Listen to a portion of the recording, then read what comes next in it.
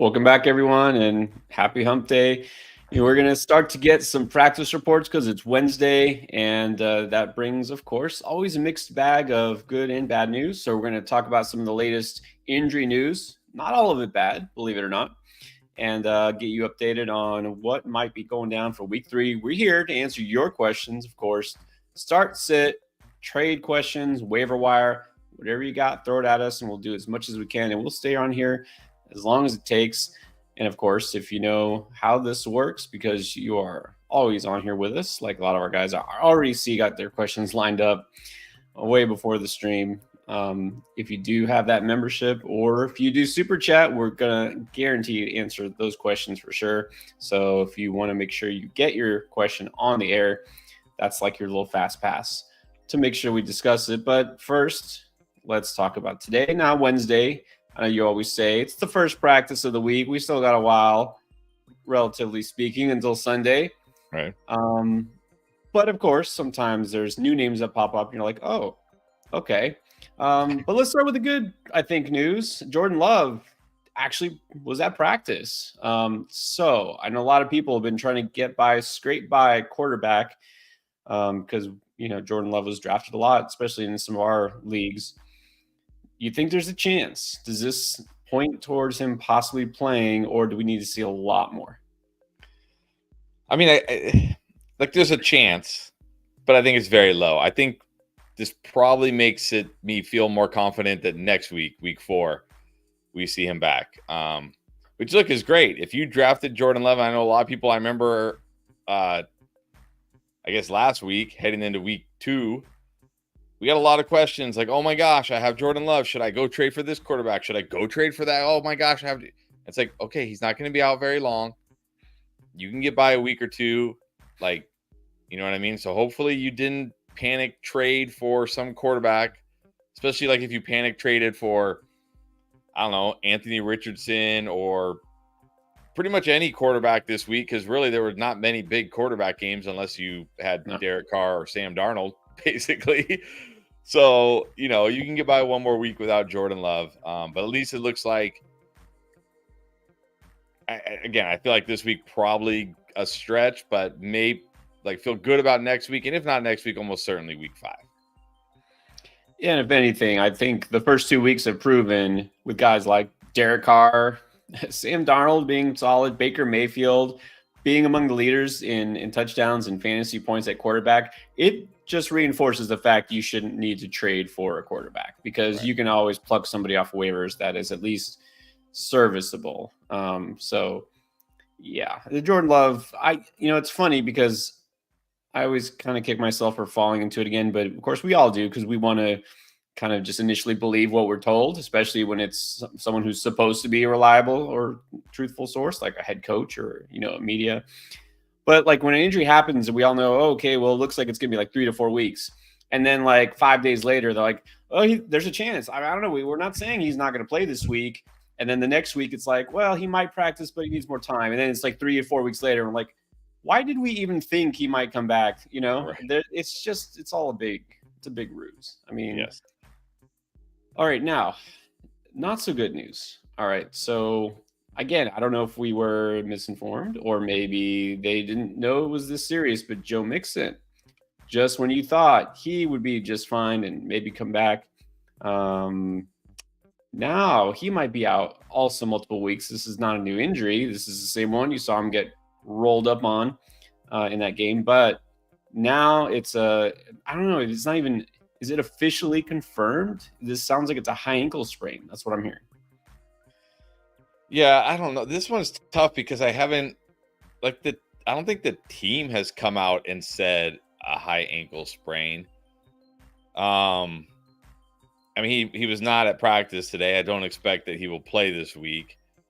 D'Amico Ryan's saying they're still holding out hope, like you said, right? We're still holding out hope. We're still holding out hope that we can have Joe Mixon this week, which I don't really understand, why coaches do this. Do they really think this is a competitive advantage? Do they think who do the Texans play this week again? But do they really think the other? Bless you. Do they really think the other team is okay, guys?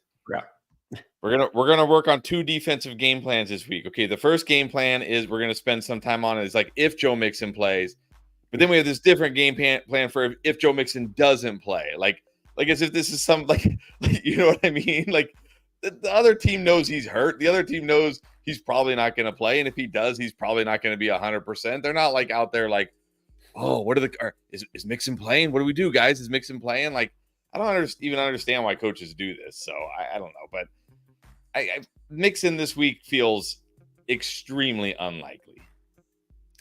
Yeah, I know it is. Like, okay, maybe if it's the quarterback and the backup quarterback is a very different style of quarterback, something like that, like the Jordan Love, Malik Willis. So, okay, but still, it is kind of just stupid and pointless. I agree with that. So, be prepared and brace yourselves. Buckle up, possibly for Cam Akers season. SZN. That's right. Cam Akers season could be happening because the other 2 running backs ahead of him are injured. But hey, you never know. You've been saying if J.K. Dobbins can do it, why not Cam Akers? The year of the Achilles. The year of the Achilles. I know it's preseason, and I know he was playing against like backups and third stringers, but Akers looked pretty good this preseason. So. Well, and here's the thing: is we've seen Akers be good before in the NFL. Like he was good before he was injured. Just always injured. So we'll see. Now, again, even maybe the biggest still Cam Akers truther out there, isn't emptying the wallet just to get Cam Akers.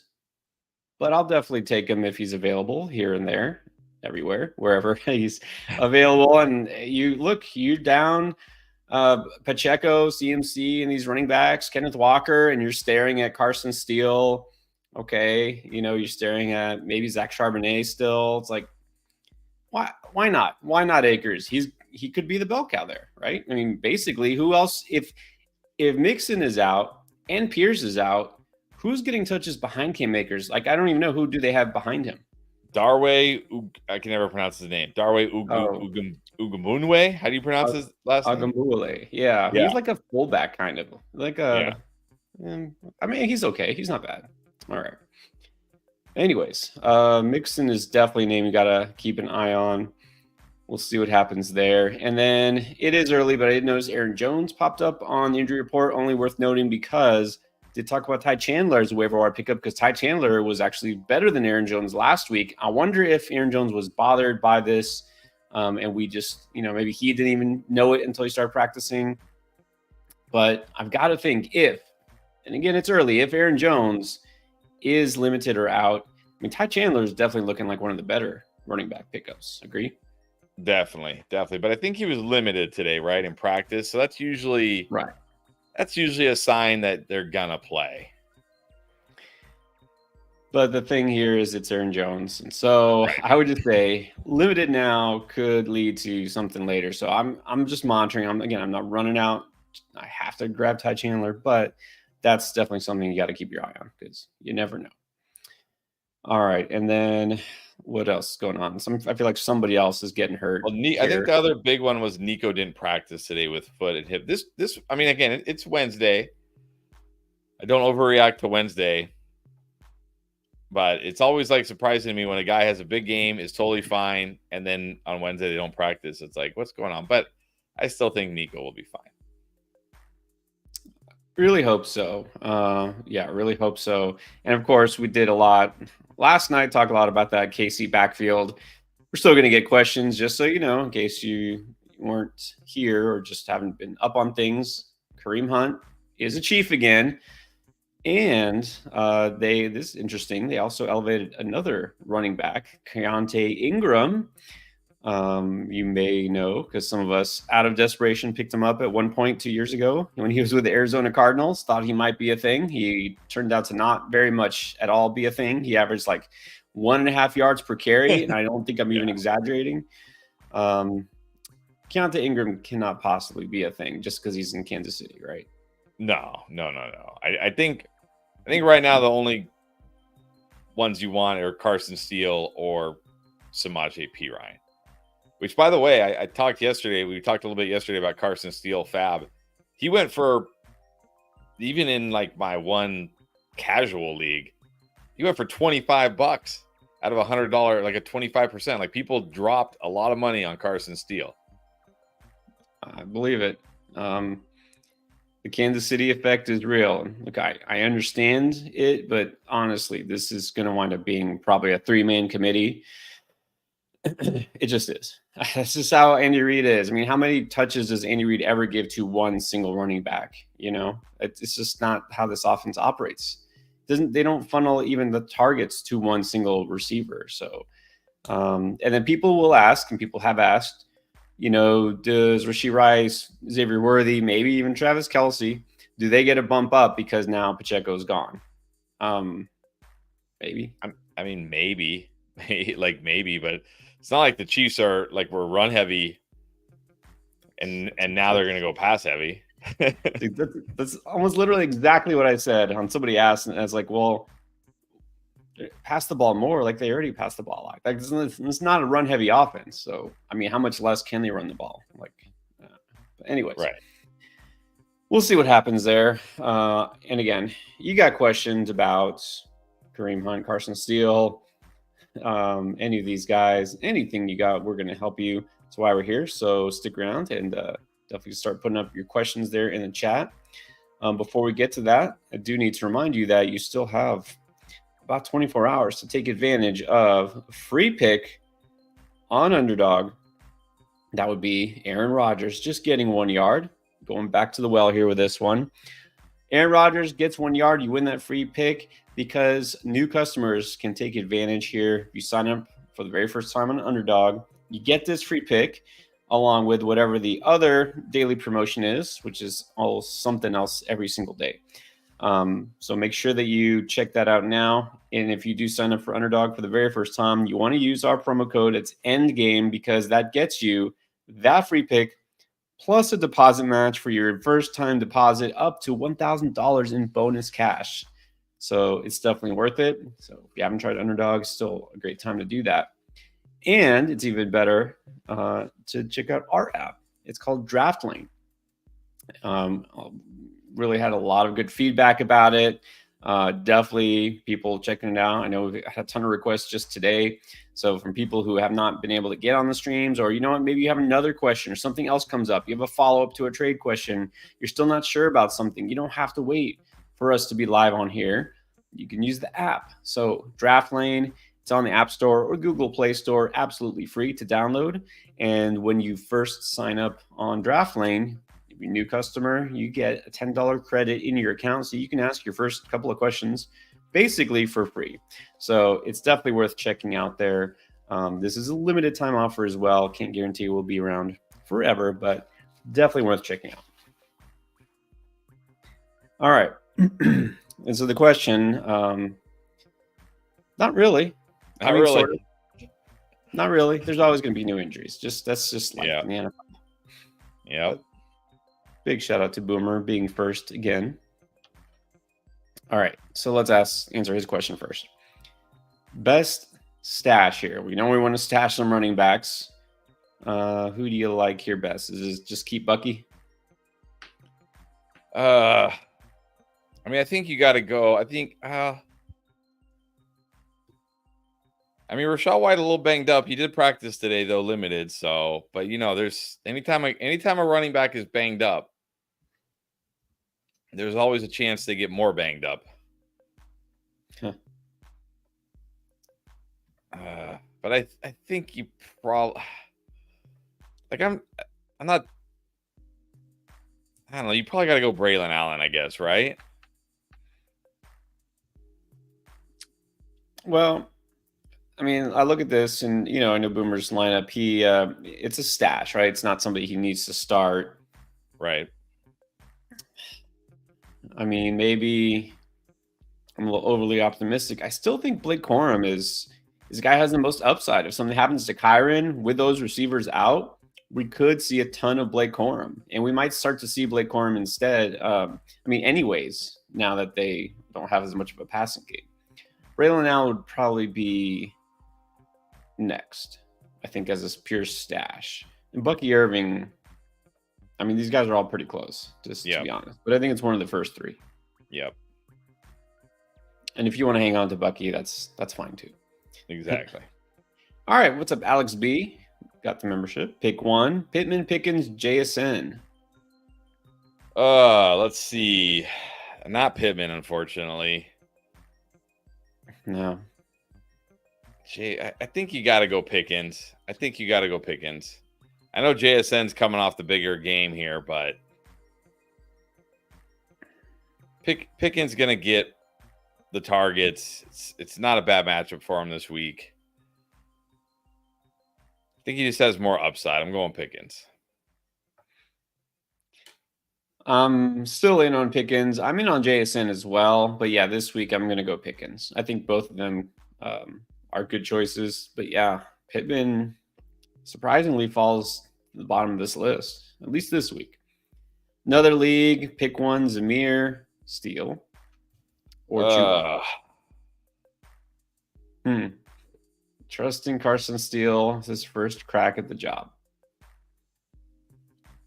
But are we trusting Antonio Pierce to actually give Zamir White the ball against the Panthers? Yeah. You know, this is exactly what would be most fitting. What's going to happen, right? Everyone's going to either drop or even bench Zamir White, bench or drop him, and then he's going to go for like 120 yards and 2 touchdowns. That's kind of how it works, right? I think I got to go Steele, though. He's in the Chiefs offense. It doesn't sound like Hunt's going to be active this week. I mean, maybe, but it doesn't sound like it. Yeah. So I'm not really worried about P. Ryan or Keontae Ingram vulturing touchdowns from Carson Steele or anything. I think I got to go Steele. Look, if you have Carson Steele, you probably paid a pretty penny to get him, right? You probably are desperate for running back. I'm talking in general, not you, Alex B, but just everyone in general. So you're probably going to run out and see what Carson Steele can do. I think in this case, again, Zamir very much could have a bounce back week, but he also couldn't. So I would say go the touchdown upside, go Carson Steele, because even if Zamir does get 20 carries, is his touchdown upside greater than Carson Steele? I don't think it ever will be. So no. I'm okay with Steele. Fantasy football is pain. Factual. Jones or Ford? I mean, assuming Jones plays, I think you got to go Aaron Jones. Just feel better about his usage, feel better about his offense. Got to go Jones. Yeah, Ford in a good spot, right? At home against the Giants, but I think I would still go Aaron Jones, assuming he's healthy. Have Evans and Godwin. Move on from one of them? No, you can start them both. Yeah, I think you can start both of them. I mean, this matchup isn't nearly as good as last week's matchup, defensively for them. But, I mean, I don't know. Is there a reason to sit either one of them ever? I don't think so. No, not right now, at least. Right, not right now. Not while Baker's in there. Vinny Vargas, what is up? 16-teamer, got Carr. Wilson, Shakir, Stevenson, Mason, Schoonmaker, because of Ingram. And K3 at the flex. On the bench is Quentin. Well, who's K3? I know K1. K1 is Kyler Murray. K9 is Kenneth Walker. Who's K3?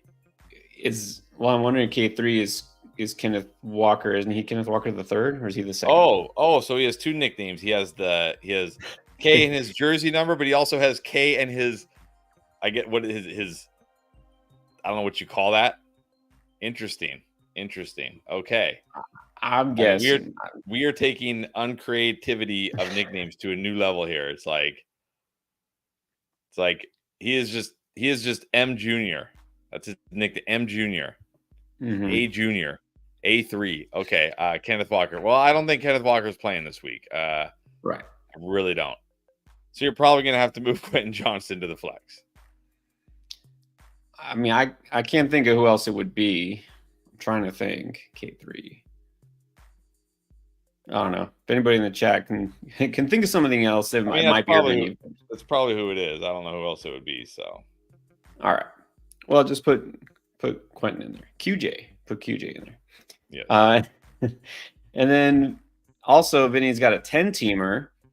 Murray, Olave, Godwin, Hall, Mason, Kincaid, Waddle at the flex, benching M Jr. I think we got to put him in. M Jr., M2, Marvin Harrison the second. MJ. Can't call him MJ. Wait, hold on. No. I got to start Harrison over Waddle. I can't even be that excited about Waddle this week. I mean, after the game Harrison just had, I can't bench him. And they get the Lions this week. I'm going Harrison. It's more than just, well, look what Harrison did last week. It's look who's quarterback for the Dolphins now. I got to put Harrison over Waddle. And we're putting Harrison over Pittman. Thank you. The suffix. That's what it's called, the suffix. So first initial plus suffix. That's the other nickname here. There you go. Easy. That's all we got. It's all we got these days. All right. We're just going to start randomly doing that for fun, just to see if we can figure out what we're talking about. All right. Bobby Brook, 2-0. Love to see that. Kyler, Aaron Rodgers still. Bijan, Cook, Mason, Javonte, Algier, Jalen Wright, Garrett Wilson, Flowers, McLaurin, J-Mo, Reed, Watson, McBride. All right. And this squad, drop right for Mason. Well, you have Mason.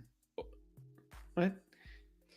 Oh, no, I think he's saying drop right for the Mason or James Cook handcuff. But who is the Mason handcuff? Isaac Garendo. I don't even think so, honestly. I don't think they're ready to put it. Like, I think if Mason got hurt, they would. I mean, who else is on that roster? I don't know. I don't know. Not Debo. Not Debo. I mean, yeah, you can drop Jalen Wright, but I don't know if I'm picking up. I'm not picking up Isaac Garendo, and I mean, maybe I'll pick up Ray Davis. I guess he's the best guy out there. Well, I mean, Ray Davis is fine as a stash, but then my question is Ray Davis more valuable as a handcuff than Jalen Wright is? I don't think so. I think I'd rather just keep Jalen Wright. Because what if something happens to Achane? If something happens to Achane, I'm going to want Jalen Wright. So true. I would just keep it. I would just keep Wright.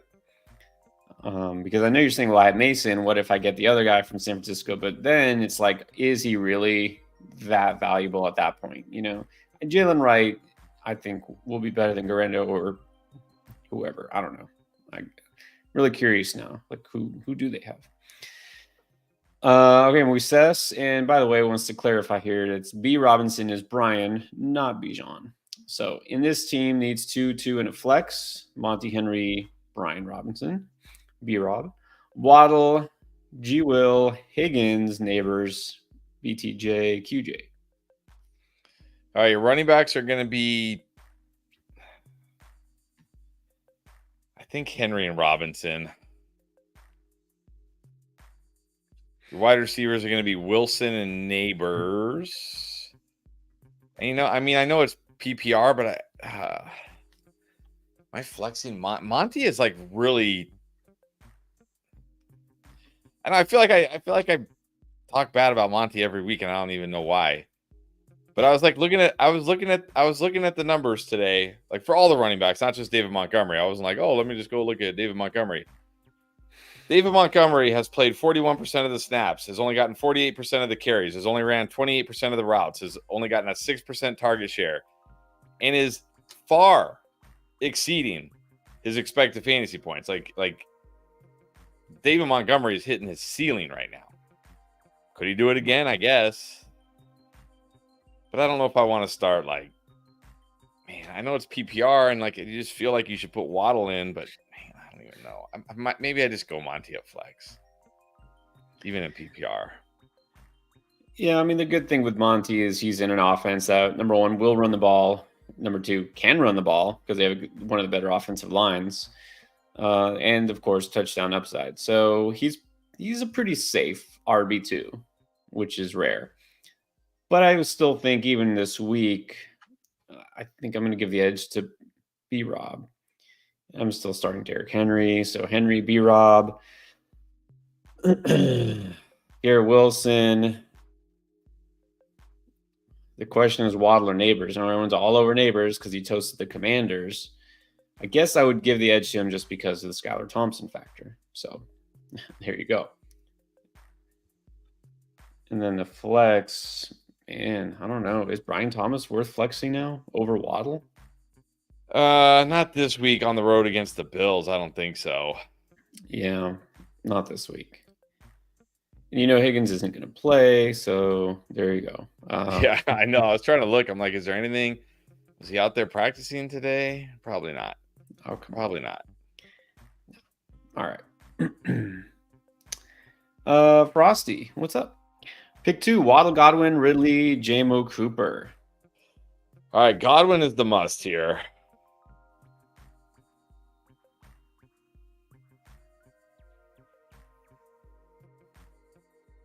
I think I just go Jameson Williams next. I want to say Cooper. I really do want to say Cooper. There's a lot of signs. There's a lot of signs pointing to Cooper having a big week. In fact, I think Cooper might have the biggest discrepancy between expected fantasy points and fantasy points of any player right now. Yeah, his usage has been great. His expected fantasy points have been great. Doesn't really do a whole lot for you. No, but if you play in an expected fantasy points league, you start Amari Cooper. You know what? That really should be a thing, right? You're like, I have the best players who should have done well this week. That should be the next thing. The evolution of fantasy football is not actual points, expected points. We're going to do that. Well, let's make that happen next year. But in the meanwhile, you need actual real fantasy points. Godwin is a must here. Cooper is your risky upside boom bust play. But if you don't feel that risky, I would probably go Ridley because Ridley has also got great target share, a lot of first read targets. So that's why you're going Ridley over Jameson. I think so. This week, I think so. Jameson is fine still. I mean, he's up there. They're both up there. Would it change your mind to know that Jameson Williams has 38 expected fantasy points this year so far?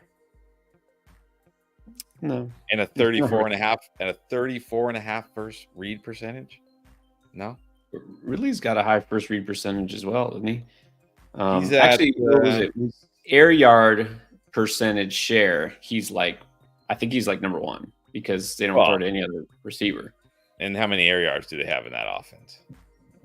No, that's why he's got a big share. He's got a 28% first read share, which is also very good. But yeah, I don't know. I'm going Jameson and Godwin personally. Well, Godwin's the lock. Honestly, all of these guys have great upside. Waddle is one that you probably feel the worst about. It's really close between all 3 of them. I don't know if that helped much. Rob, loaded at receiver. Who to start, Garrett Wilson or Devontae Smith? It's got to be Smith this week. No AJ Brown. It's got to be Smith. I don't want to be off of Garrett Wilson this soon, but I am a little worried he's not going to hit that ceiling this year. But for the time being, let's say you just have to start Devontae Smith, especially with AJ Brown out. I'm worried Garrett Wilson is going to see Christian Gonzalez, and it's interesting. I just happened to see this stat because that's what made me nervous about him last week, DK Metcalf. And DK Metcalf went off, so much for that. Yep. But I saw that allegedly when Gonzalez was actually covering DK Metcalf, he had 2 catches for 34 yards. All the rest of his yards, especially that big touchdown, it came on a busted coverage and when he got moved around to somewhere else. Now, that's the thing is not that many corners actually shadow anymore. And so it was asked hypothetically, because we don't know, is Christian Gonzalez going to shadow Garrett Wilson? Probably not exclusively, but why wouldn't he? Like, who else are you worried about in the Jets receiving core? Who else would you possibly think, oh no, we can't let this guy get open? Gotta worry about Aaron Rodgers' boy, Alan Lazard. Oh, well, there you go. Alan Lazard. All right. Fire up Alan Lazard this week. All right. Anyways, it's Devontae Smith here. I think we both agree on that. Elmer Sanchez got a question. Help with the lineup: 2 receivers, 2 running backs, and a flex. Full PPR: Hill, DK, Higgins, Brian Thomas, Kirk, and then Kamara, Mason, probably Javonte Williams, Bucky Irving. All right, well, the running backs are easy. You have to start Kamara and Mason. They're Yes. lineup blocks. Wide receiver, you got to go Hill and DK. I guess here you flex Brian Thomas Jr. and hope for the big play. I'm not flexing Javonte this week. I would love to flex T. Higgins against Commanders. I would love it, but I don't even know if we're going to see T. Higgins against Commanders. So I'm going Brian Thomas over Kirk. I mean, he's got that big play upside. Thomas at the flex.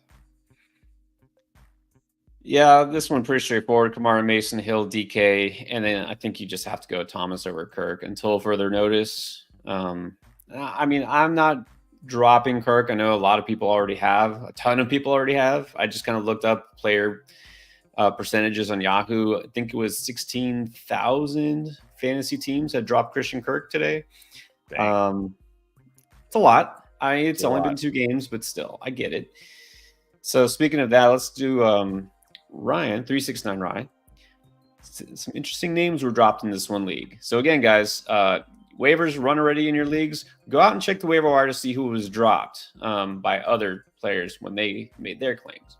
So is anybody here worth picking up? Javonte, Ladd, Christian Kirk, Brandon Cooks, and then somebody decided to drop Quentin Johnson after he had his best game ever. I mean, I think Christian Kirk has to be the number 1 pickup here.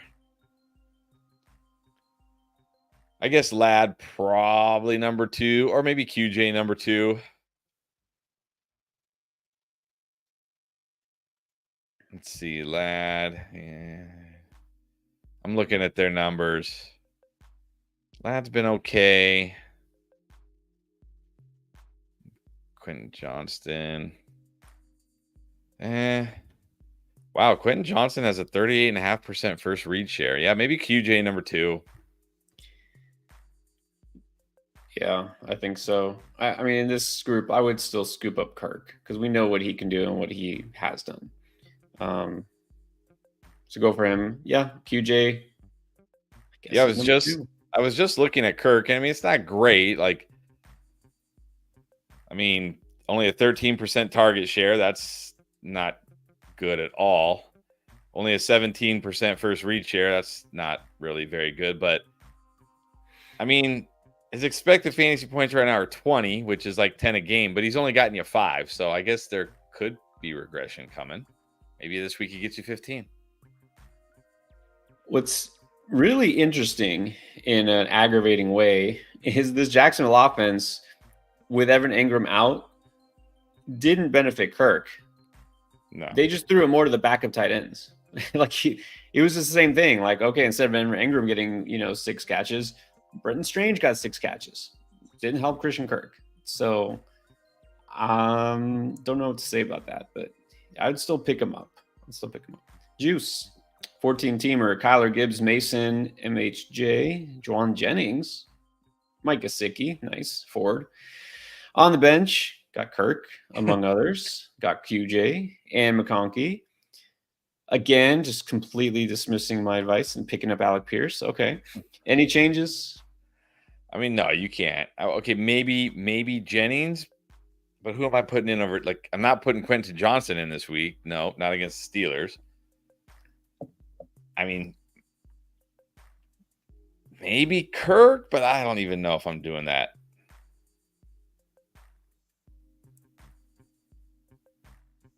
Might as well just take a shot on Jennings, right? Yeah, take a shot on Jennings. Yeah, I think you're fine here. Look, it's a 14-team league, and you already lost a big, CMC is a big loss for any team, but especially it's a deeper league. It's okay to add Pierce. That's fine. Joe, should I offer Brian Robinson Jr. and JMO to get Chase? I mean, probably. It's not as clear cut as it should be right now because Jameson Williams and Brian Robinson have been really good, and Chase has been really bad. But I still think, I mean, I I still think I have to gamble on Chase. It might look at the end of the season, you might look back and be like, oh, I should have kept Brian Robinson and Chase, but I mean Jameson Williams, but I think I still got to gamble on Chase here. Yeah. It's tough for me. And again, I always try to be as objective as possible. B-Rob and JMO were two of like my guys. Not my guys like in real life. They're my favorite players, but like my guys who I've been talking about way before they became fantasy relevant. So it's kind of nice to see them be fantasy relevant. But B-Rob is still an RB2, and he'll never be a top 10 running back. And same thing, JMO, he's not going to be – I mean, he'll be good. He might be a breakout player, but I don't think I would go so far to say he's a league winner. You know what I mean? If Chase hits his ceiling, you'd rather have Chase. Yep. So, yeah, I would do this too. All right, Bobby Brook also has this question. One receiver, one flex between McLaurin, JMO, Flowers, Cook. I mean, I think you got to go Flowers and Cook. Again, I want to get Jameson in my lineup this week, but at the same time, how do you bench James Cook? I know he's not going to do what he did last week. And he might be one of the biggest regression candidates right now. But at the same time, it's like he's still in a great offense. He's still getting most of the touches there. So, yeah, I probably got to – I'm going to go Flowers and Cook. Yeah, I agree. Flowers and Cook. I mean, McLaurin is an easy bench here. Jameson got that upside, but it's not, a great matchup for him. So, Flowers and Cook. All right, Antoine is back in the house. What's up, Antoine? What's up, Antoine? And before we get to this, he also conveniently forgot he has Brock Bowers. Can't forget that. Should I try to trade for CMC? Let's see. My team is Kyler, Hall, Etienne, Walker, Devontae, Marv, Wilson, Waddle, BTJ. It's a 10-team league. Shaheed, Neighbors, Ferguson, Zamir. I don't see a need. I mean, I don't see a need, but if you could do something like Shaheed, and I mean, I don't know if anybody's going to take Zamir right now, but if you could do something like that, I mean, Shaheed has a lot of steam right now. People are very excited about Rashid Shaheed right now. Again, I'm all for trading for CMC, but I'm not giving up a stud because even though I do think he will be back this year, there is a chance he's not, or there's a chance he comes back and then he's gone. You know what I mean? So, like, if you could trade, even if you could do like Shaheed and Brian Thomas Jr., because, I mean, you got Devonta Smith, Marvin Harrison, Wilson, Waddle, when Tua comes back, Neighbors. You don't really need Shaheed and Brian Thomas Jr. Like, if you could package a two for one like that to get CMC, yes, do it. But don't do something like, don't trade Devonta Smith for CMC. Don't trade, Walker Etienne for CMC. Don't do anything like that. Yeah, definitely don't trade any of those running backs. Because I don't see a lot of depth here anyways. But yeah, if you can do that, if you can trade your bench receivers to get him, okay, sure. The one on your team, if you can do straight up 1-for-1, that might be a great time to sell high as Neighbors. Sell Neighbors to get CMC. Okay, I guess it's worth the risk because you already have, good enough receivers. You don't have to start him. So that would be it. Justin Lamb, this is a half point, 12-team league. Neighbors, Sun God, Dell, Godwin, Jason, and Quentin. What running back can I target and for what? Well, I mean, it depends. Obviously, Dell has no value right now. I think Quentin Johnston, most people are like, okay, he had a nice game, but I don't think he really has value right now. Still not sure people are sold on JSN. So you're probably looking at having to trade like Neighbors, Sun God, or Godwin. Neighbors is obviously the one right now with the most value coming off that big game. And if you're going to trade him, this is probably the time because he's probably going to have a terrible game this week. Again, no fault of his own. Not a Neighbors hater over here. So if I could trade Neighbors for running backs like Josh Jacobs, Travis Etienne, James Cook, maybe Kyron. Kyron hasn't really had a big game yet. Maybe Derrick Henry, I would do it. Right. Look for a running back you can get. Don't try to send out offers. Yeah, maybe. You never know, right? You never know, but I doubt you're getting Brees Hall, No. Saquon Barkley, John, the guys who are off to great starts and we're already surefire studs, right? This is a good time to grab Kenneth Walker. Still not, practicing, but should be back next week. Obviously the guys you mentioned. So Neighbors, the obvious sell candidate. I'm not selling Sun God for a running back, just period. And maybe Jason. You never know. But those would be the two, and those would be the backs. Frosty, Waddle, or B-Rob and Kirk. Buy low or buy no?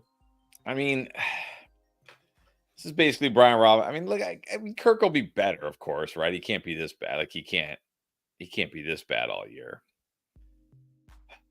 I don't. I feel like you should still get more for Waddle than this. But maybe I'm overvaluing Waddle a little bit. I don't know. Well, I think this, if you talked about this, let's pretend this is before the season started. Waddle, B-Rob, Kirk. You're like no chance. Yeah. Even if like let's say the Dolphins got rolled by the Bills last week, but Tua never got hurt. Like Tua was still playing. There's no way you trade Waddle for Brian Robinson, right? Right. And I feel like I want to hold Waddle.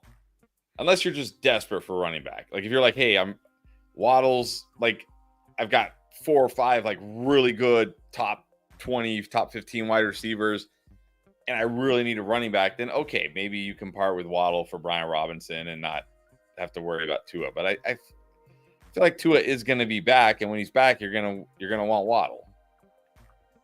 Well, I'm just going to assume because he had asked earlier that this is the same team because Waddle. So his other receivers are Godwin, Ridley, J-Mo, Cooper. Yeah, I mean, I wish I could sit here and say, yeah, your wide receivers are great, but man, Cooper. Yeah, I'm still not all in on Ridley. So I don't know. I think again, unless you're starting like, I don't know. Like you're like, I just picked up Cam Akers off the waiver wire and he's going to be my best running back this week. Then okay, maybe take Brian Robinson. You know what I mean? Like if you're in that kind of buying, but I think generally I still want Waddle. Because you do still want to think long-term, not just short-term. If 4 weeks from now you get Waddle doing what Waddle should be doing because Tua's back, you're probably going to prefer Waddle. Exity. Zay, Pollard, or Garrett Wilson at the flex? Man, am I really about to start Zay Flowers over Garrett Wilson? I think so. I think so. I mean, Zay Flowers, 10 targets week 1, 11 targets last week? Like, I don't have to worry about anything with Zay Flowers, really. So, and here's what's crazy about Zay Flowers. I'm looking at it right here. He scored 33 fantasy points this year, and he's still 14 fantasy points below expected. Like, he should even be doing better than he's done this year. I think you got to go Zay. Yeah, this week I think you got to go Zay. What I think might happen, not for sure thing, and honestly, I kind of hope happens. I hope this week Garrett Wilson really doesn't do much, and then that opens a buy low window for him. And then eventually he's going to have a get right game. He's going to have one of those monster games, right? So this week I would just go Zay and not worry about it. All right, Michael Cazares got offered Zay, Etienne, Javonte for CMC and Ford, or it could swap Flowers for Metcalf. Let's just say Metcalf. It's a 10-man team.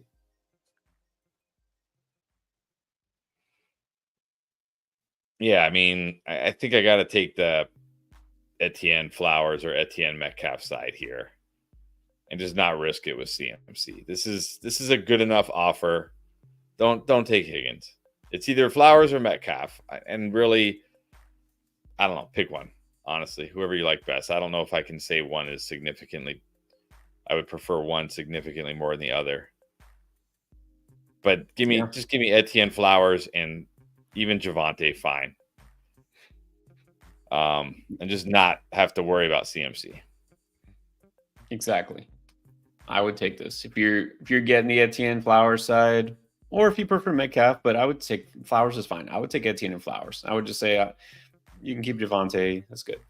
There you go. Anthony's in the house. What's up, Anthony? What's Made nice up? and early today. Yes. All right, and Python is here. Huh. All right, hot take. Spicy hot or burning down the house take. Whittington top 10 this week. I mean, would it really be that surprising if a rookie wide receiver in a Sean McVay offense missing all their wide receivers had a big game? I mean, really, would we be that shocked? Would it be like, what? And it's not like Jordan Whittington wasn't like a complete nobody. You know what I mean? Like, it wasn't like it's not like I don't want to say Puka Nacua was a complete nobody last year because, I mean, we knew about Puka Nacua, but like Puka Nacua was not one of the top. Not saying that Whittington was one of the top prospects, but like Puka Nacua was like barely on most people's radar, right? So I mean, it's a hot take, but it wouldn't completely shock me. Hey, if it comes through, even if he's top 15, you get a shout out for sure, Python. We're going to mark this down. Whittington top 10. Let's see. All right, but in a vacuum, Waddle or Shakir this week? I still got to go Waddle. I still got to go Waddle. Yeah. Right. I agree. Even Waddle could still do something. And then Johnson or Waddle? I still got to go Waddle. I know he's got Andy Dalton, but I'm not ready to. He's not in my circle of trust yet. And it's not even like I know you think Andy Dalton is a massive upgrade over Skylar Thompson, but you're a jaded Dolphins fan, so I've seen him play. I'm with you on that. I've seen him play. I mean, I've seen Andy Dalton play.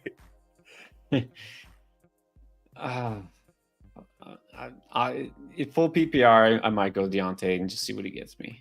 I might. 3 highest passing yards. Okay, yeah, we like to do this. This has turned out well for him for some reason. When we do it, he wins. So, all right. Passing yards for quarterbacks this week. We can't use Burrow. Okay, well, that's not fair. And right? Minshew. I was not going to pick Minshew. No. I think I'm going to go. I'm going to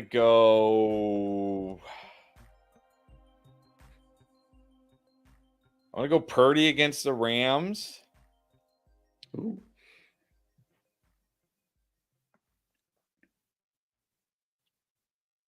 Dak against the Ravens and Goff against the Cardinals. So we're just talking passing yards. We're just talking yards.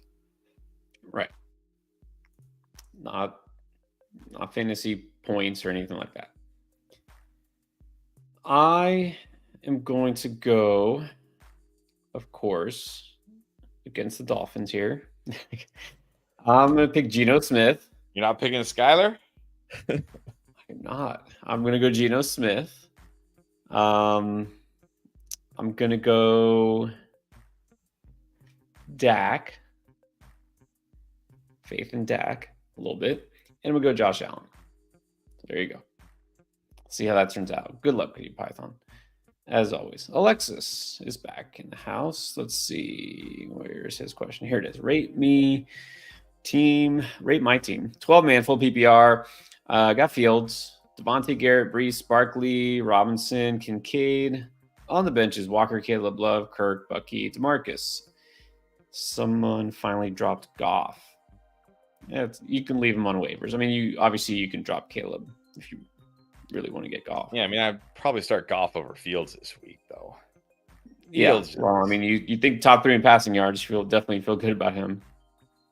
I assume, is that Brian Robinson?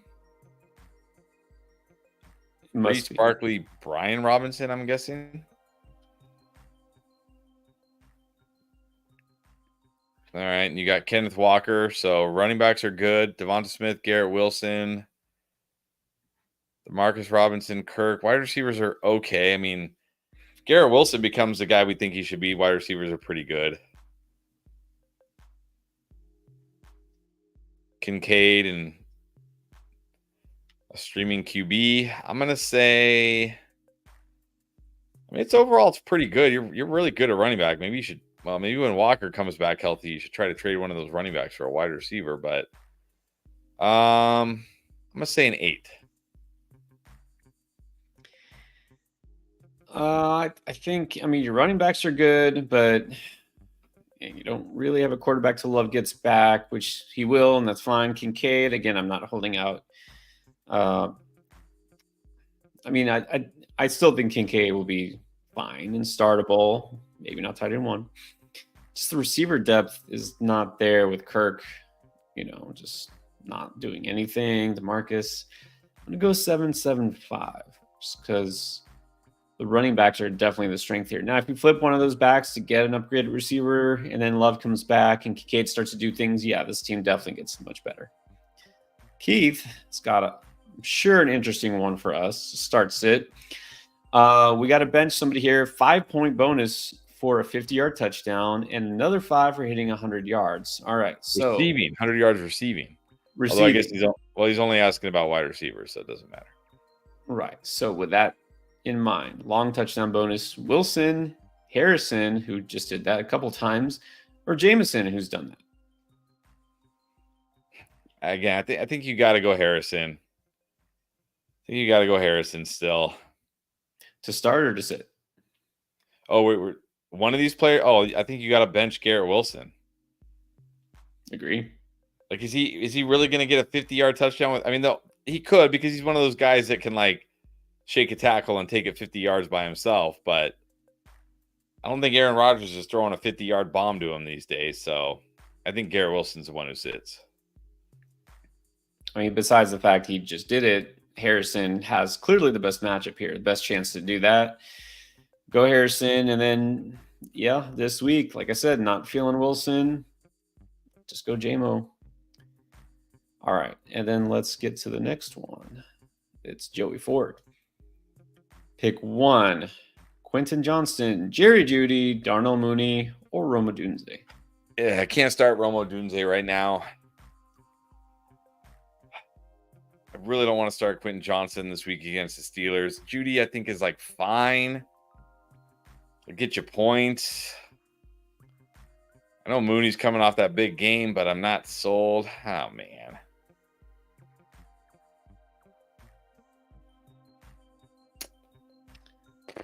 Do I just go Mooney?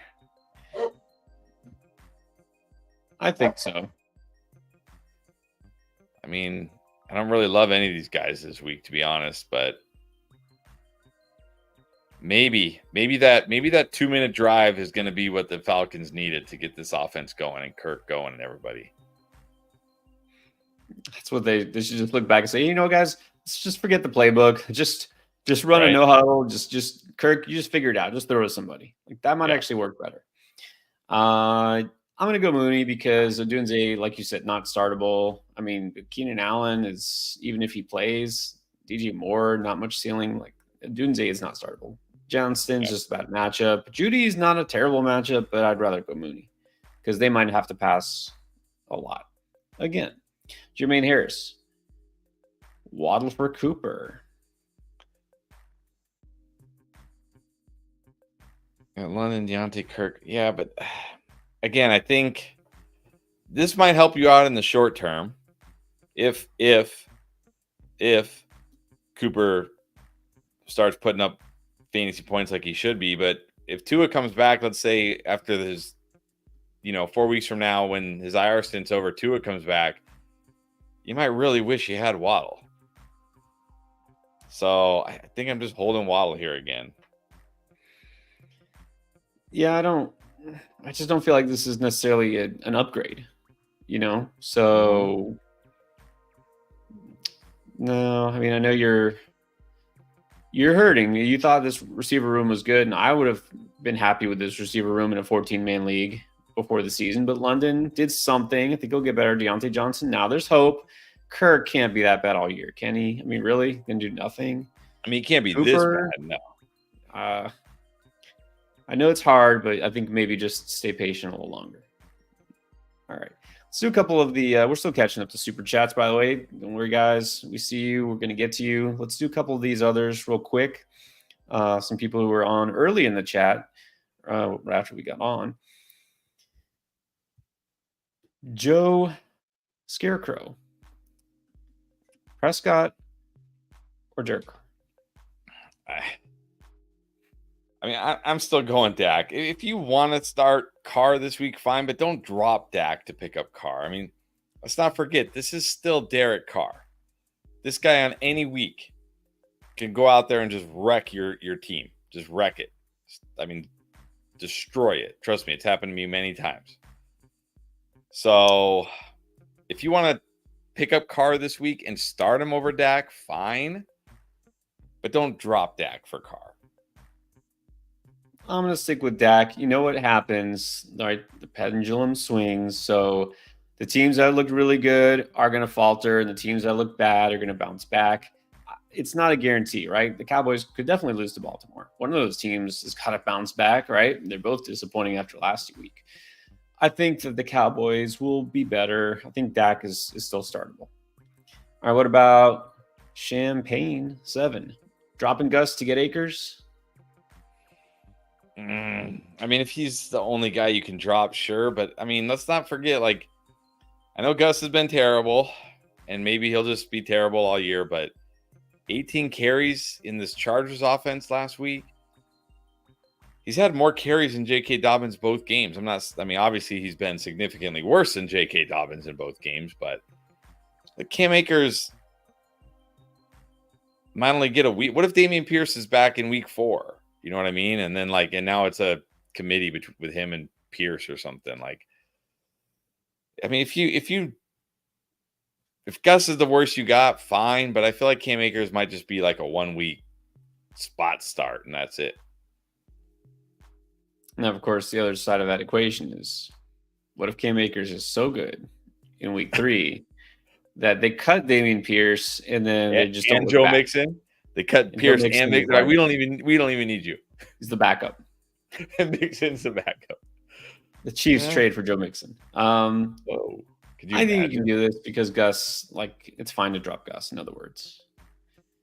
Here's a tough one. How about Sabo? Are you going Kincaid or Gesicki? No, I still got to go Kincaid here. I mean, again, these aren't sure things. No.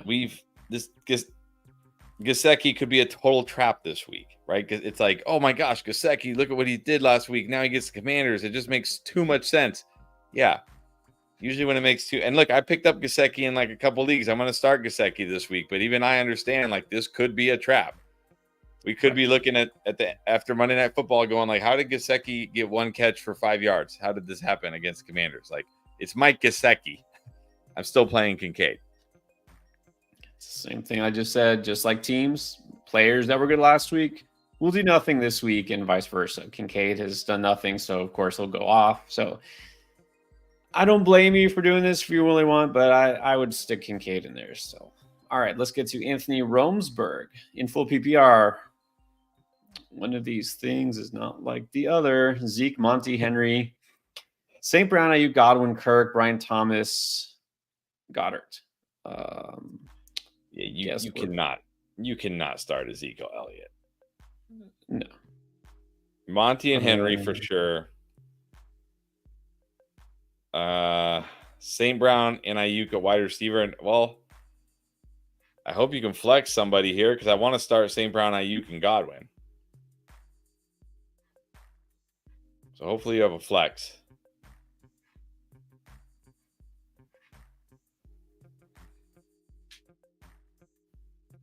Yeah, I mean, it didn't really say if we're setting a lineup or rating this team or what, but I mean, the lineup should be pretty easy. Henry and Monty, St. Brown, Ayuk, Godwin. That's it. Okay. I mean, yeah, I don't even know if it was a 12 team or what. Johnny Pena, Shakir, D-Rob, Jennings, Javonte, a receiver and a flex.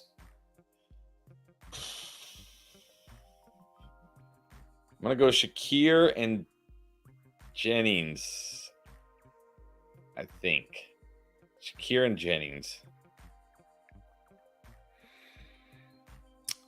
It's riskier, but I might throw D-Rob out there just because he technically should be the number one receiver for the Rams. Again, he could be a total trap as well. I would just shoot for his upside because Shakir, I don't know what the ceiling is. So I might go D-Rob and Jennings. Shakir's probably a little safer. What about Pedro Domingos? To trade and one start. Jason, Shaheed, and Coleman. I mean, again, if I have to trade one of these guys, I'm trading Shaheed right now. I feel like just Shaheed just has so much steam right now. I want to hold JSN, and Coleman just has no trade value right now. So I'll start JSN. I guess I'll hold Coleman and I'll trade Shaheed. Yeah, trade the one with the most value, and that's Shaheed, and then I'm starting JSN. Exactly. Sammy, no Debo or AJ. Pick one. Pierce, Dotson, Jawan. I assume that's Alec Pierce. I mean, it's hard. It's kind of hard to fade Alec Pierce right now. I mean, I know, I don't expect this to continue, but there's some good signs, although he is badly outproducing what he should be doing. But I mean,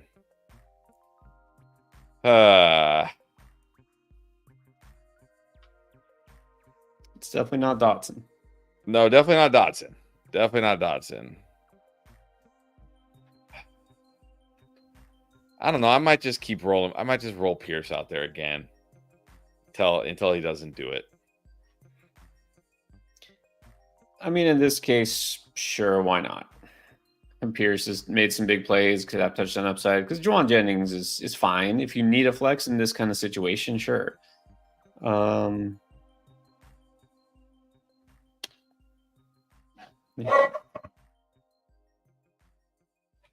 go Pierce. HM, see below. All right. Super flex, 6-point passing TD and tight end premium. Interesting. Offered Carr and Ferguson for McBride, tight end premium. It's super flex too, though. I know, but I mean, the thing is, I would take this if they haven't accepted. I'd probably take this back.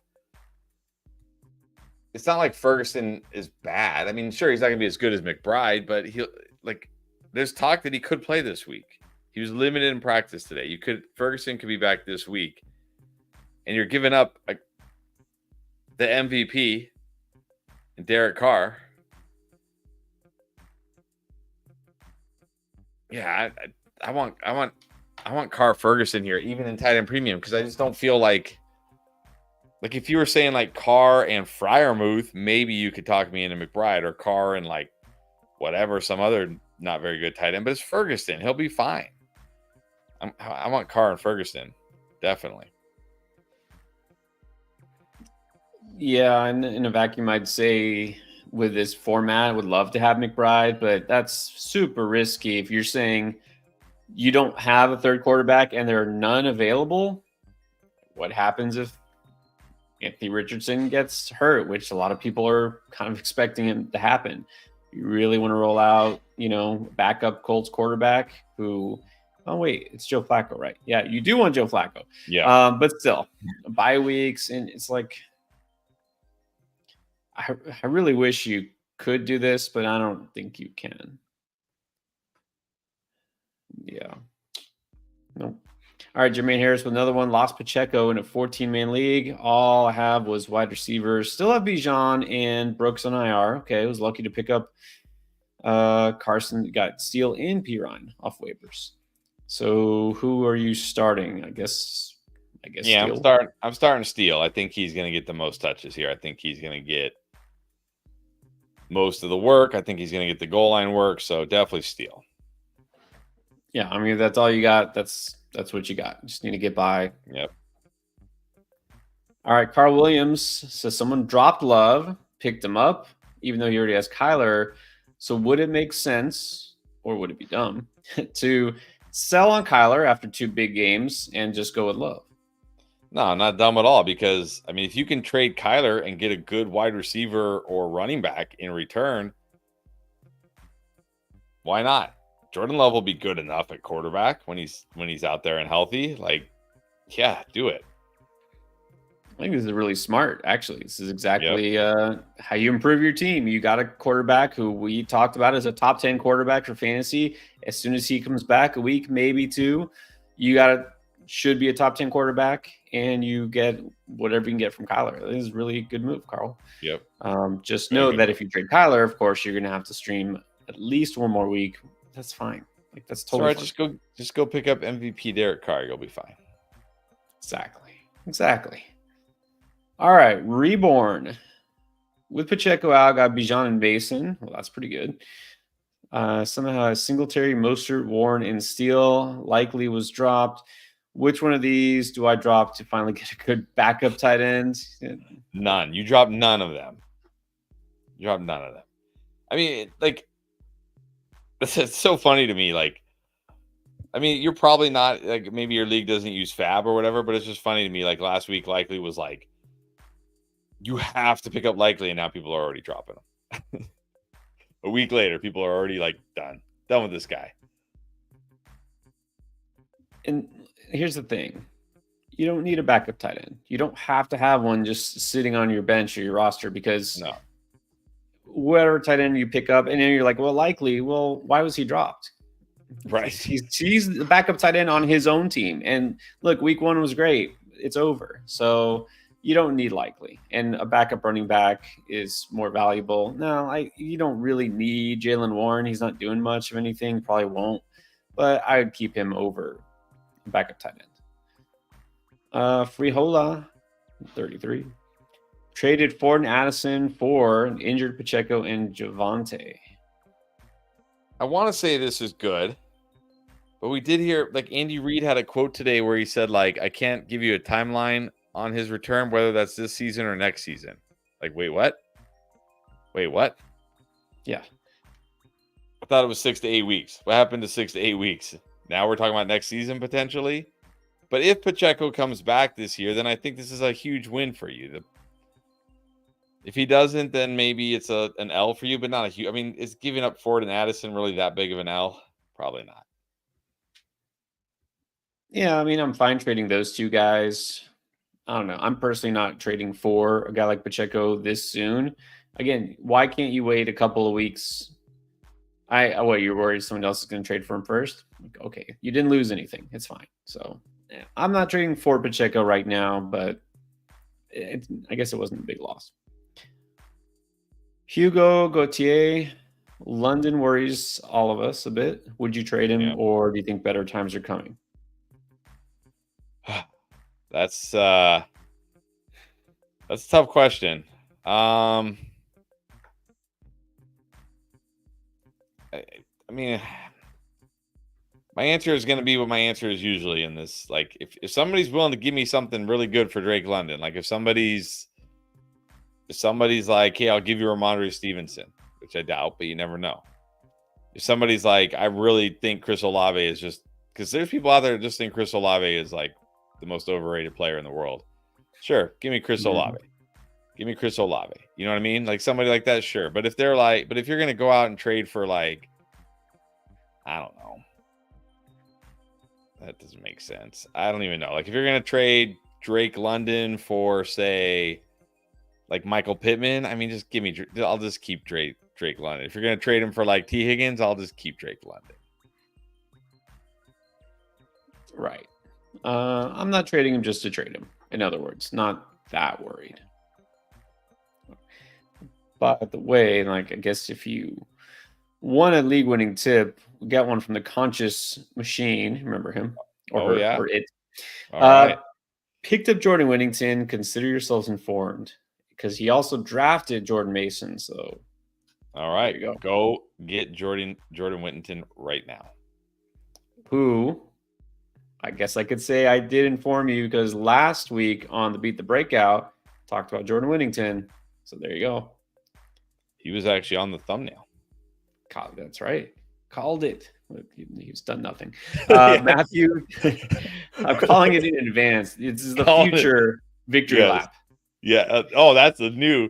It's the week one victory lap. It's the whatever victory lap, and now this is the hasn't even happened yet victory lap. Because you can't tell me that it won't happen in the future. I'm not wrong. Matthew to Sorero PPR trade.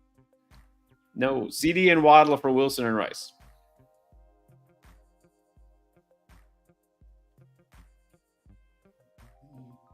I think I still got to take CD and Waddle. Yeah. I guess you could say I feel a little bit better about those two than Waddle right now, but I don't want to trade CD Lamb. I don't think this helps you. Yeah. No. This feels almost like I'm just completely panicked, like Waddle is going to be worthless now. It's like I want to get what I can. It's not that bad. I mean, I'm worried. I'll admit I'm worried, but I'm not done with it. I have Waddle in several leagues. I'm not trading him away necessarily. If you can, that's fine, but don't feel like you have to. Okay. Gargantuan Monkey Fist. It's a new one.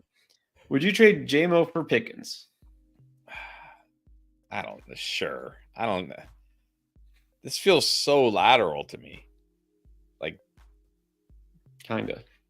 Like Spider-Man meme, except one guy is the wide receiver 1 and one is wide receiver 2. But I mean, Jameson Williams, I think has gotten more targets or close to as many targets as George Pickens this year. Yeah, much better offense. That's the difference. Wide receiver 2 in a good offense versus Pittsburgh. So I don't know. Barely. What's that? Yeah, I'd say give me Pickens, but it's close. Yeah, probably Pickens. He's the wide receiver 1, but all right. How about PM Chunk?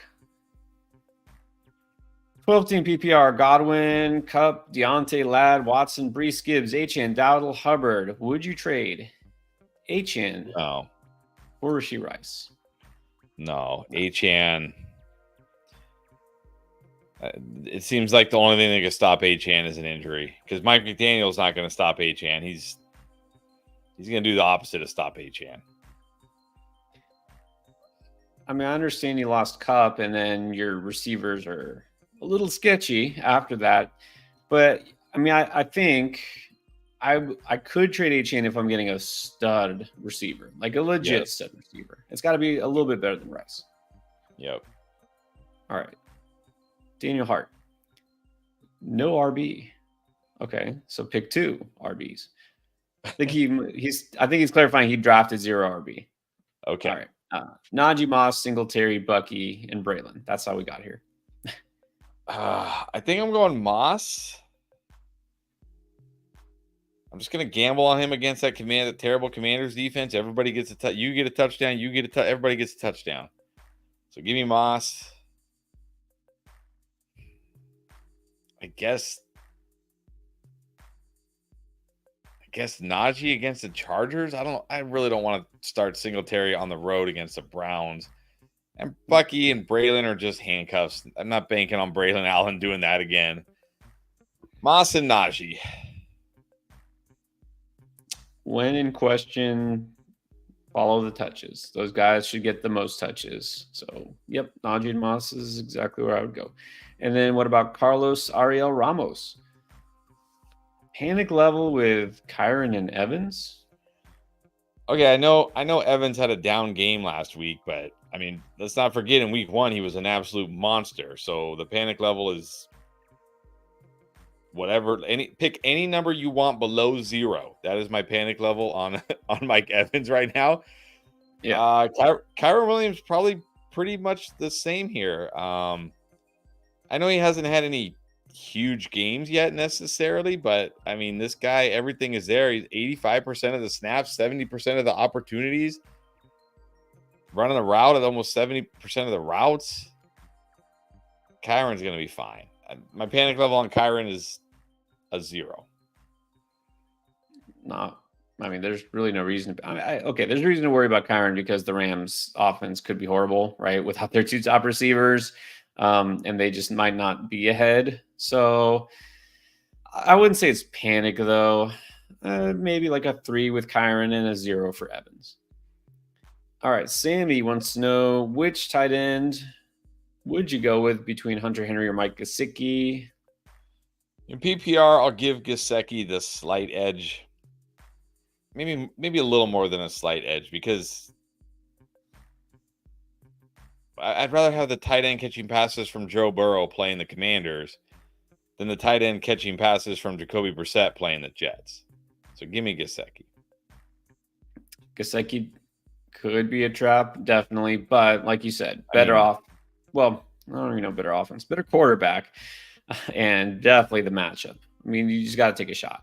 I mean, Hunter Henry also could be a huge trap. So, wow, absolutely. MC, all tight ends potentially are traps this year. Busts. All right, here's a question. You're welcome in advance from MC. Current wide receiver core: Lamb, Ayuk, Zay, Higgins. Trade away Ayuk, Higgins, and Najee for AJB and Aaron Jones.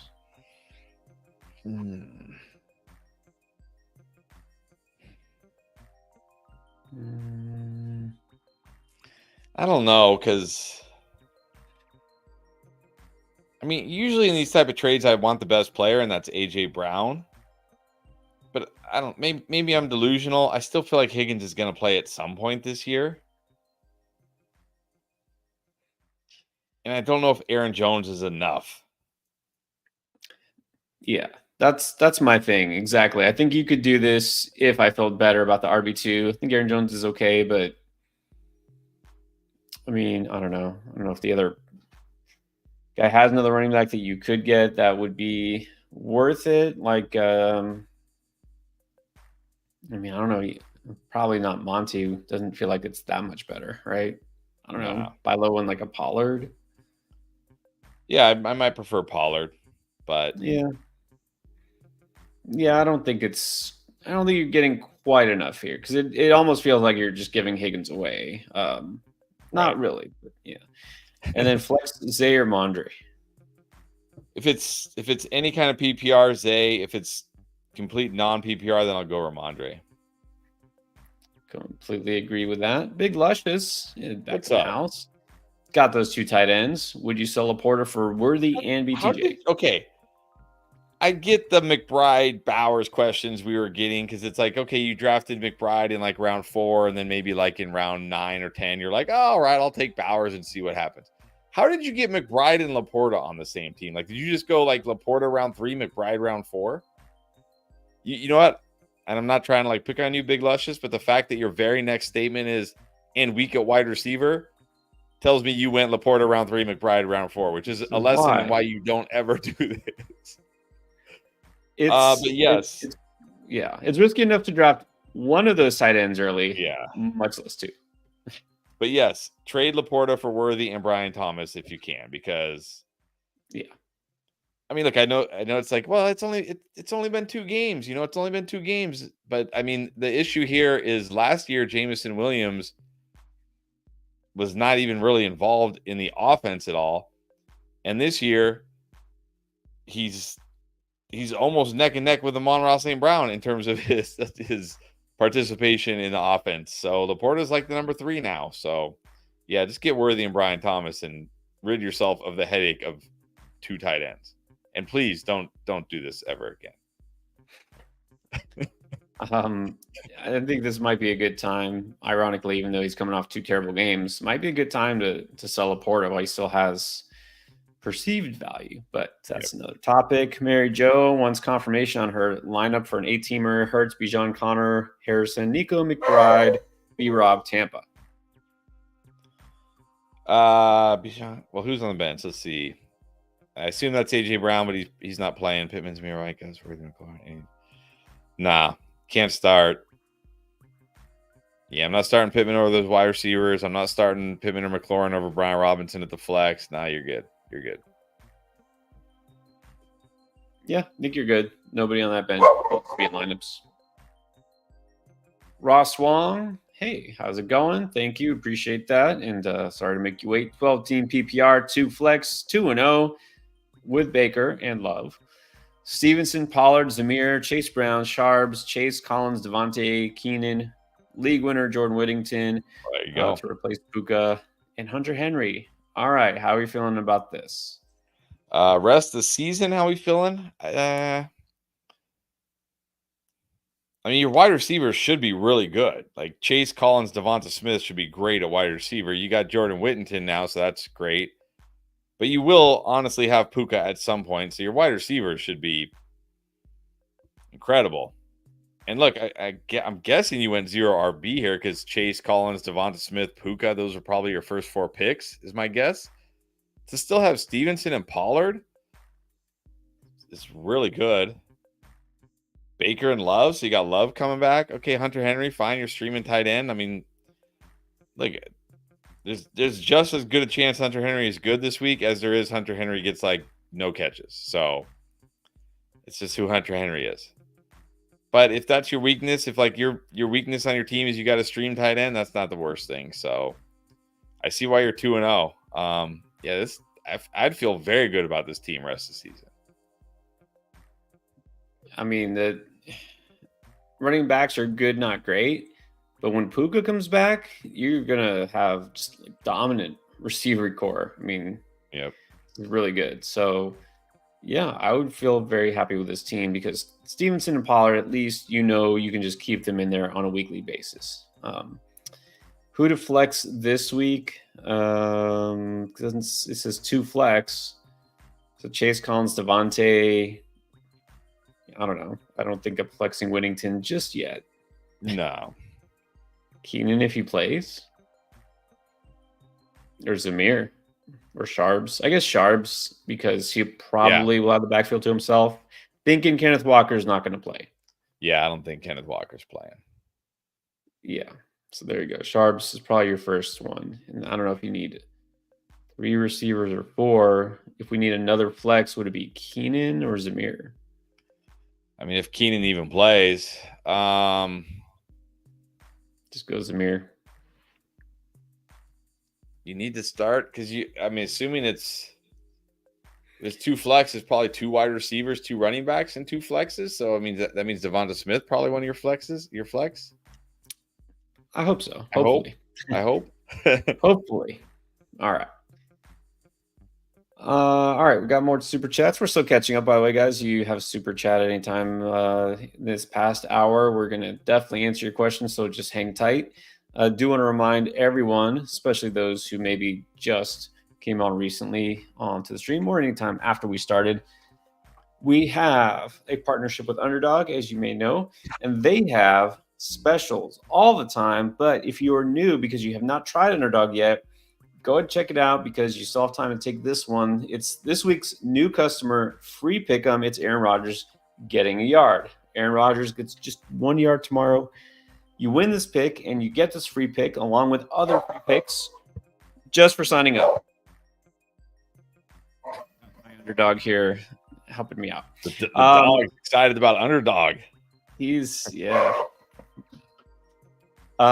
So just make sure if you haven't tried Underdog yet, use promo code Endgame when you sign up because that gets you those free picks plus up to $1,000 bonus cash for your first initial deposit. And you also can get those free picks along with existing customers also get free picks. So it's not just this one-time deal. They have all sorts of promotions and bonuses as well. So again, check out Underdog. And of course, our app, it's called Draft Lane. Absolutely free to download, App Store, Play Store. You can connect with us just like you do on here. Start sit questions, waiver trades, and more. You can just ask general questions, football related only, please. And you can do that at any time. So download the app now. It's called Draft Lane. You can find it there. And if you try it now for a limited time, you get $10 credit to your account. A little bonus cash there as well to use towards any of the features for the app. But the app itself is free, so get it now if you haven't yet. All right, let's get to Harv Danger. 7. Said he got the highest score last week in his half PPR, 147. Nice. Nice. So this week, QBs, Caleb and Goff. Wondering if you should pick up Cousins, Herbert, or somebody else. Probably just roll with Goff. He gets the Cardinals this week. I just probably roll with Goff. Definitely not going with Caleb. I know that. Definitely not going with Herbert, even if he is healthy, which, he got banged up last week. Cousins, let's wait. Let's hold off. It's not a great spot for him. The Chiefs actually have a good pass defense. I would rather go with Goff. I don't know if Derek Carr's out there. I mean, you would go Derek Carr over Goff this week, you think? Yeah. All right, so maybe Carr, but if not, just roll with Goff. Kiefer Abney, flex, Amari Cooper, Brian Thomas, Deontay Johnson. I'm just gambling on Cooper here. Again, I know, it doesn't really help you to tell you, Cooper should be much better. Cooper should be doing much better. He should be scoring way more. I know it doesn't help you, right? Because it's you can't go back into your app and say, hey, Chris told me Cooper should have 20 points this week. Give me my points. It doesn't work like that, right? But usually, especially when you have a player as good as Amari Cooper, there's gonna be a week where all of a sudden it's Amari Cooper had 30 fantasy points this week. What? You know what I mean? And maybe it's this week. They're at home against the Giants. Why not? Just gamble on Cooper. In this case, because Brian Thomas, he's made some big plays, but it's not a good spot for him at Buffalo. And Deontay Johnson, I mean, come on. He's done less than Cooper. So just go Cooper here, which answers Boomer's question. Would you sit Cooper for these guys? Nah. I mean, those guys don't have enough upside for me. All right. And then let's actually, I don't know if we even missed this. Bobby Brooks saying he missed it, our opinion of his team earlier. Yeah, 4-year-olds tend to do that. I think I said 8 and you said 7-7-5, or was that Bobby Brooks' team? Pull up again. Was it Bobby? Maybe it was a different team. All right. It was the very first one. So here we go. It has Kyler, still Aaron Rodgers. Again, don't need to keep him. Bijan Cook, Mason, Garrett Wilson, Flowers, McLaurin, JMO, Reed, Watson, McBride. Oh, yeah. So it asked about dropping right for the handcuffs. Okay. But we didn't rate it. That's what we didn't do. We didn't rate it. We just said don't do it. Bijan, Cook, Mason, that's great. Wilson, Flowers, McLaurin, Jameson, Reed, Watson. That feels good. When Love is back, Reed, you can feel good about Reed. Jameson Williams is good. Flowers is good. Wilson should get better. Terry should get better. You got the only good tight end in fantasy with McBride. You got Kyler. I think this is a 9. Yep. Good. You're pretty much good at every position. So no big holes. Yeah, just imagine when Jordan Love comes back and you can actually start some of your Packers, possibly. Yeah, I agree. I think it's about a 9. This is interesting. Before we get to the next super chat, we don't often have Guillotine League questions, but now, with everything on the line, to not get chopped, Goff, Jaden Daniels, or Stafford?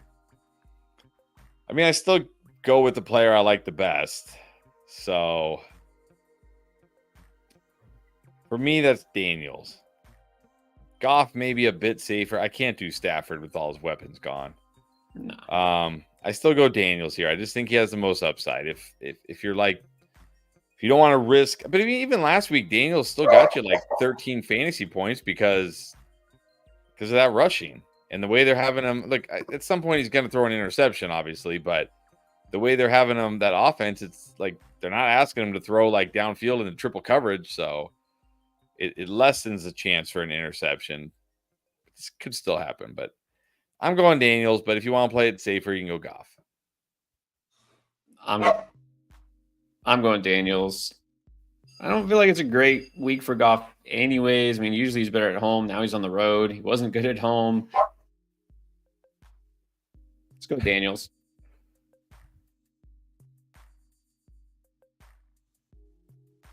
Obda Wizard. Stack team. Chase, Taylor, Kyron, JT Godwin, Nico Bowers, Kenneth Walker, Pittman, MHJ. Okay. Who would you trade for a top 10 player, even though you already have a lot of them? I was going to say, how many top 10? You already have all the top 10 players. Like package, I don't even know. I don't want to trade. Like you're not. Who are you getting for? Who are you getting that's better than Chase? Who are you getting that's better than J2? Who are you getting that's better than Kyron? I mean, are you gonna do something like Kyron and Pittman for Brees? And is somebody even gonna do that? Honestly, Kyron and Pittman for Bijan, is somebody even gonna do that right now? Probably not. I mean, do you really want to overpay like Kyron and Harrison for Brees? Kyron and Harrison for Bijan? No. You're stacked. Why you're stacked? Or what do you? I don't know. Maybe I guess you could try to buy low on Tyreek Hill. You think it's worth it, but I don't think you need to do anything here. Be happy. No, but who are you gonna have to like? I mean, is somebody taking Kyron straight up for Tyreek Hill? Maybe. And does that Yeah, I think you're okay. Yeah. By the way, I think it's is QB the Wizard. I think that's what it is. QB the Wizard. He's got the wizard icon. Yes. Gotcha. MC is back. Continuation. All right. Kirk and Amari are available on waivers. Wait, what? Amari Cooper. So we're already at this point, huh? Dropping Amari Cooper.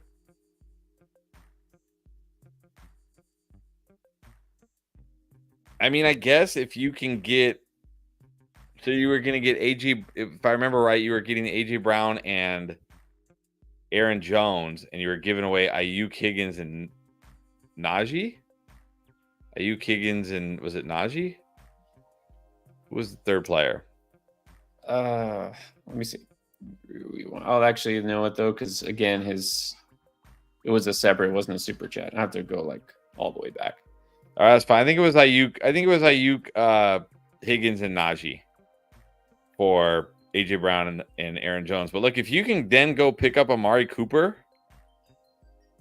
although you have second priority, are you going to get Amari Cooper? Like, if you feel confident that nobody in your league is going to pick up Amari Cooper and you're going to get Amari Cooper, sure. Take AJ Brown and then go pick up Amari Cooper. Yeah, take advantage of these guys, pick them up. I mean, look, it's too early to just give up on receivers like this completely. I don't get it. All right. Andres Huerta traded Purdy for Richardson. Nice. Picked up Carr. So who to start? I still start Richardson this week. Again, maybe Derek Carr is amazing again this week, but Derek Carr has such trap potential. I mean, Richardson, that's probably going to be his worst game last week, right? Like 3 interceptions. No, like that's probably as bad as he's going to be all year. So I'm still going to Richardson. He has the rushing alone. He could be better than Carr. I don't feel great about him this week. I mean, he's getting the Bears, right? Bears defense is good. But the thing with Richardson and quarterbacks like that is it almost doesn't matter because he could always run in a touchdown. He can always do that. So yeah, I'm going Richardson too. And then thoughts on this lineup? It's a 10-team league. Achane, Connor, Hill, Jason, Laporta, Stevenson with a bench. I mean, Achane, Connor's good. Hill, JSN, Laporta, Stevenson. All these Laporta teams. It's funny because you would ask us about this team in the offseason. Oh, you got an elite tight end. I mean, like maybe Laporta will still be good. But you do have Waddle just chilling on your bench. Aaron Jones. You got AJ Brown too. So that helps. It's a good team. It's a 10-teamer, but still.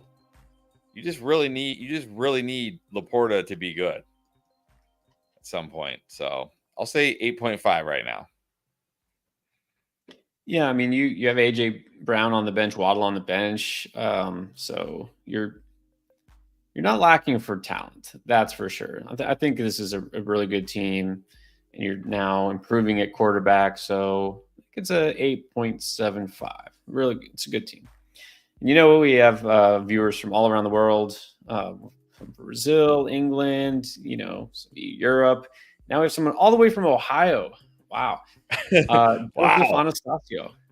Welcome. What's up, Joseph? It's a thing. It's like a meme thing. The kids, 'cause I teach kids that they think Ohio is like a foreign country or something. I don't know why. I don't know what it is. Don't ask. David Williams, sell Neighbors for Ayuk. Yeah, just give me Ayuk. If Yes. somebody thinks Neighbors are going to be better than Ayuk because he just lit up the Commanders, give me Ayuk. I'm taking Ayuk. Drop Baker to get Carr. Now this one's close because Baker is also trap potential. I mean, I think you got to roll with Carr right now, right? You might as well. I mean, I don't know if you're asking, it's probably because you're starting one of these guys for right now. You need them. So this week, Mayfield at home against the Broncos. Not great. He's probably not going to put up big passing numbers. The Saints this week get I don't remember. The Eagles. Yeah, I'll go with Carr.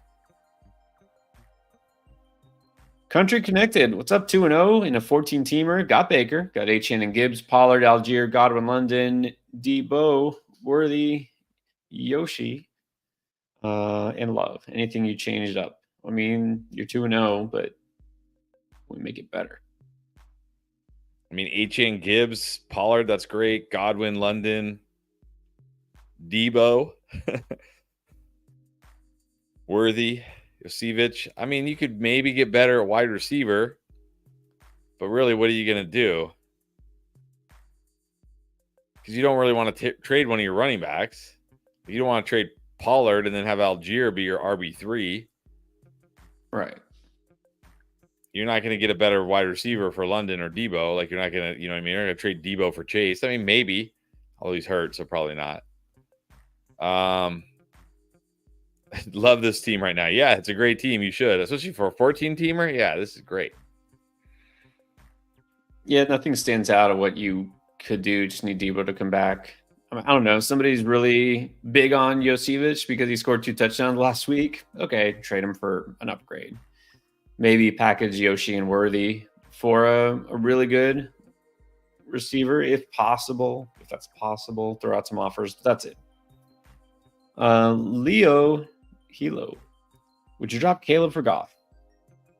Yeah, definitely. I think outside of Superflex, you can pretty much drop Caleb out everywhere right now. Like there's still potential for Caleb, but no one's picking up Caleb right now. Right. I don't know that it's just Caleb. It could be Bears quarterbacks are cursed. It could be Shane Waldron's a horrible offensive coordinator. It could be a little bit of everything. He's just going to take some more time. In redraft, you definitely don't need to hold on to him. And then Keith's got another one in a super flex 6-point passing. Stafford, Jones, Dalton, and Schubert. You have a lot of Panthers. Just going to say that. A lot of Panthers.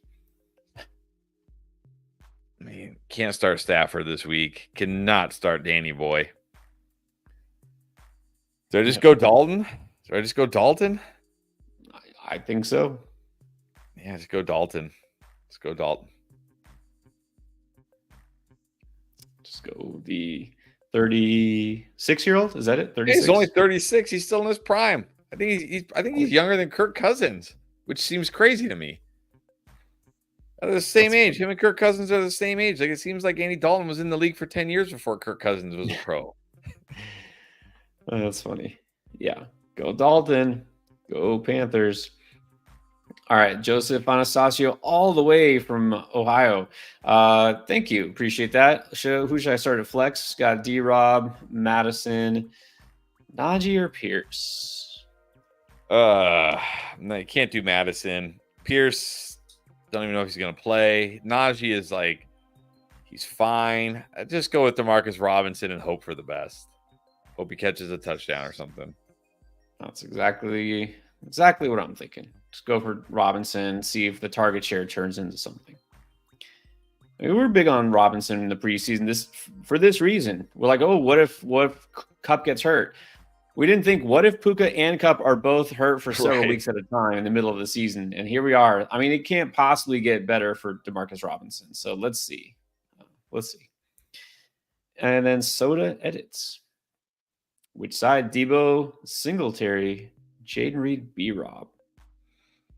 Man.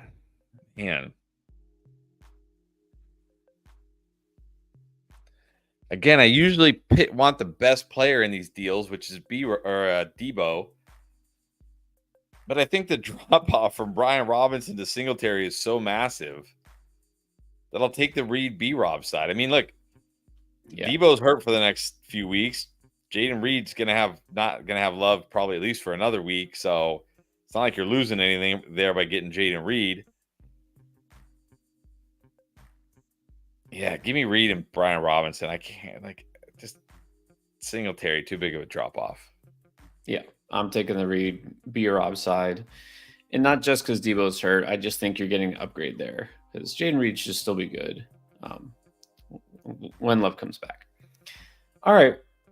Our guy Brian is in the house here. Super sticker. Didn't have to do that, but thank you, Brian. All right. 12-team Superflex PPR. Drafted Allen Love, JT, B-Rob, Javonte Pittman, DJ Moore, Pickens, Deontay, Terry Mooney. Muth was super happy, but not anymore. Yeah, I mean, what's that? He wants a virtual hug. Yeah. Here you go. I mean, you still got good players. You got Allen and Love. You got JT and Brian Robinson. You got Pittman, DJ Moore, Pickens, Deontay Johnson, Terry. It's not like you have a bad team here. They just have gotten off to a bad start. Look, the Ravens are also 0-2. Are they a bad team? I guess we'll find out this week. It could be 0-3. Who knows? Yeah, it's the receivers here, right? Because it got JT and B-Rob and both and great. Allen Love, Love's hurt, but yeah. Pittman, I think will get better. Pickens, I know will get better. DJ Moore, let's hope. Deontay, let's hope. Terry, let's hope. Yeah. Just hold down the fort for now. Just hold it down. All right. Daniel Lawrence. In a PPR, 2 receiver, 1 flex, 12-team, Kyler Brees, Jacobs, Devontae Moore, Andrews, Rashid, Mostert, Keon Coleman, Brian Thomas Jr., Steele, and Braylon Allen. Would you take T for Rashid? Probably. Again, maybe I'm a sucker. Maybe T is never coming back, but I think the Rashid hype. I think the Rashid Shaheed hype is a little. This is coming from the biggest Rashid Shaheed hype man of the offseason. I think the Rashid Shaheed hype is a little out of control right now. We're talking about a guy. Who, okay, he's got a 22% target share. That's fine. You know what I mean? 26% first read. That's not great. He's pretty much almost doubled his expected fantasy points. I still feel like Olave is going to dominate in this offense. So, yeah, just give me T and hope he plays at some point.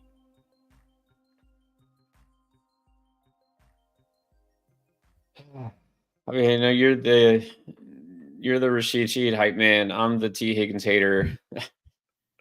The thing is, I'm looking at this team. You have 2 receivers in the flex. Okay, so you got Devontae Moore, which is okay, but not amazing, but it's okay. And then who's your flex?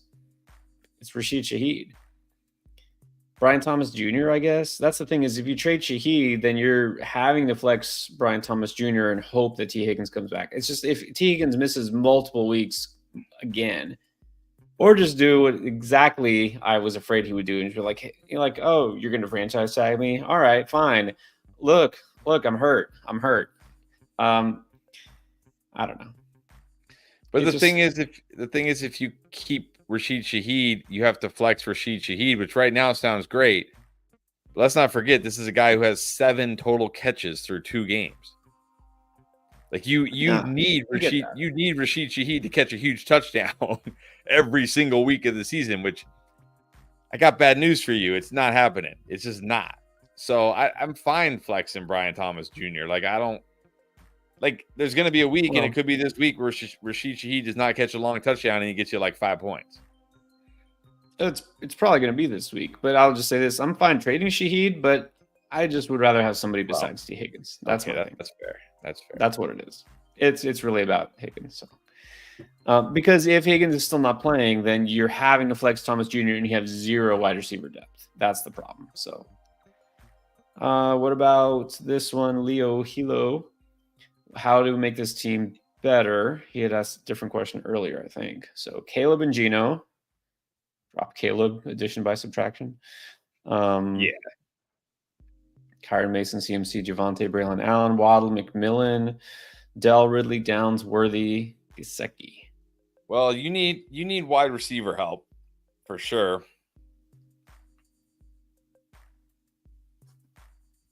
I mean, maybe this is a team that should try to trade CMC. See if you can get like 2 of Olave, maybe Olave in London, maybe Olave and Pittman, maybe Olave and Pickens. I don't know, like 2 guys or any 2 of these combinations. Like, guys that don't have a ton of value right now, but could be good because you definitely need more wide receiver help.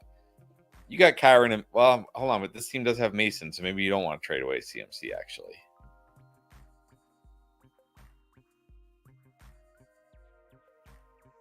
Yeah, you might not want to trade away CMC because if CMC comes back, then you're left holding the bag with Mason. So scratch that.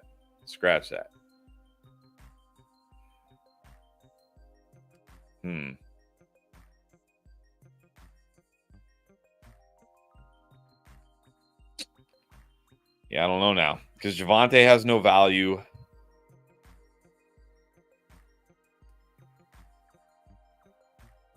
Yeah, I don't know. Do you think packaging like a 2-for-1 wide receiver upgrade, like let's say Waddle and Worthy to get a Jamar Chase kind of thing? I mean, if somebody will do it, but I mean, do people do that? Like 2 wide receivers for 1 wide? I mean, I guess we see wide receiver for wide receiver trades. Yeah, the guy who has Puka, has Debo, has AJ Brown, like I need another receiver. It's possible. I mean, yeah, I would trade Waddle and probably any of those wide receivers. Waddle and anybody for Chase, honestly. All right, we could try that. But yeah, running back, probably just hold tight. All right, how about this? Running back. Here's a take. Okay, bolder take. Jordan Whittington, top 10, or Doogie Dallas. Rico Dowdle, RB1. I gotta say, well, I mean, Rico Dowdle RB1 is probably the hotter take, but I will say, not that I feel great about Rico Dowdle yet, but he did get a little more involved last week. So maybe. So did Deuce Vaughn. Well, that's true. I don't know. All right. Hey, let's see. If it happens, you called it. Doogie Dallas. Big Dog Pound. What's up, my PPR bench players? All right, starting with the bench first. Braylon Allen, Jerome Ford, Chase Brown, Scary Taylor, Jalen Naylor, who I'm disappointed we haven't had more people list on their rosters. Should I drop any of them for, okay, Addison, Odunze, Keon Coleman, and Deontay Johnson are available. Yeah, you could drop Chase Brown for Deontay.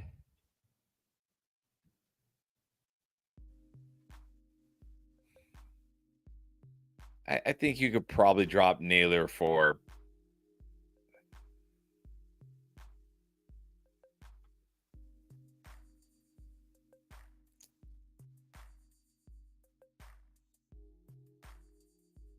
I'm just trying to debate who I want the most. I don't know. Addison, Odunze, Coleman. I think Addison would make sense because if Addison comes back, that means Naylor takes a hit. So that would make sense. Yeah.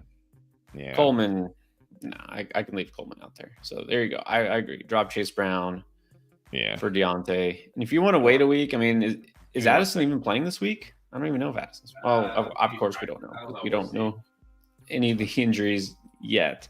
I think if Addison is out again this week, you don't have to run out to pick him up because nobody else will. Naylor might even have another big game. And then all of a sudden, maybe Naylor has some trade value. So You know what? Just drop Chase Brown for Deontay for now. I think that's fine. All right. Now we got an update from Joe. Okay.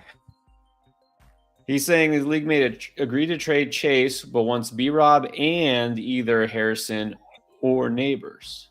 Too much? No, I think if you can get Chase, again, I still got to bank on the fact that like maybe Chase won't be top 5 this year. I mean, he still could be, but at least top 10. So I think if you can do Brian Robinson and Neighbors, go get Chase.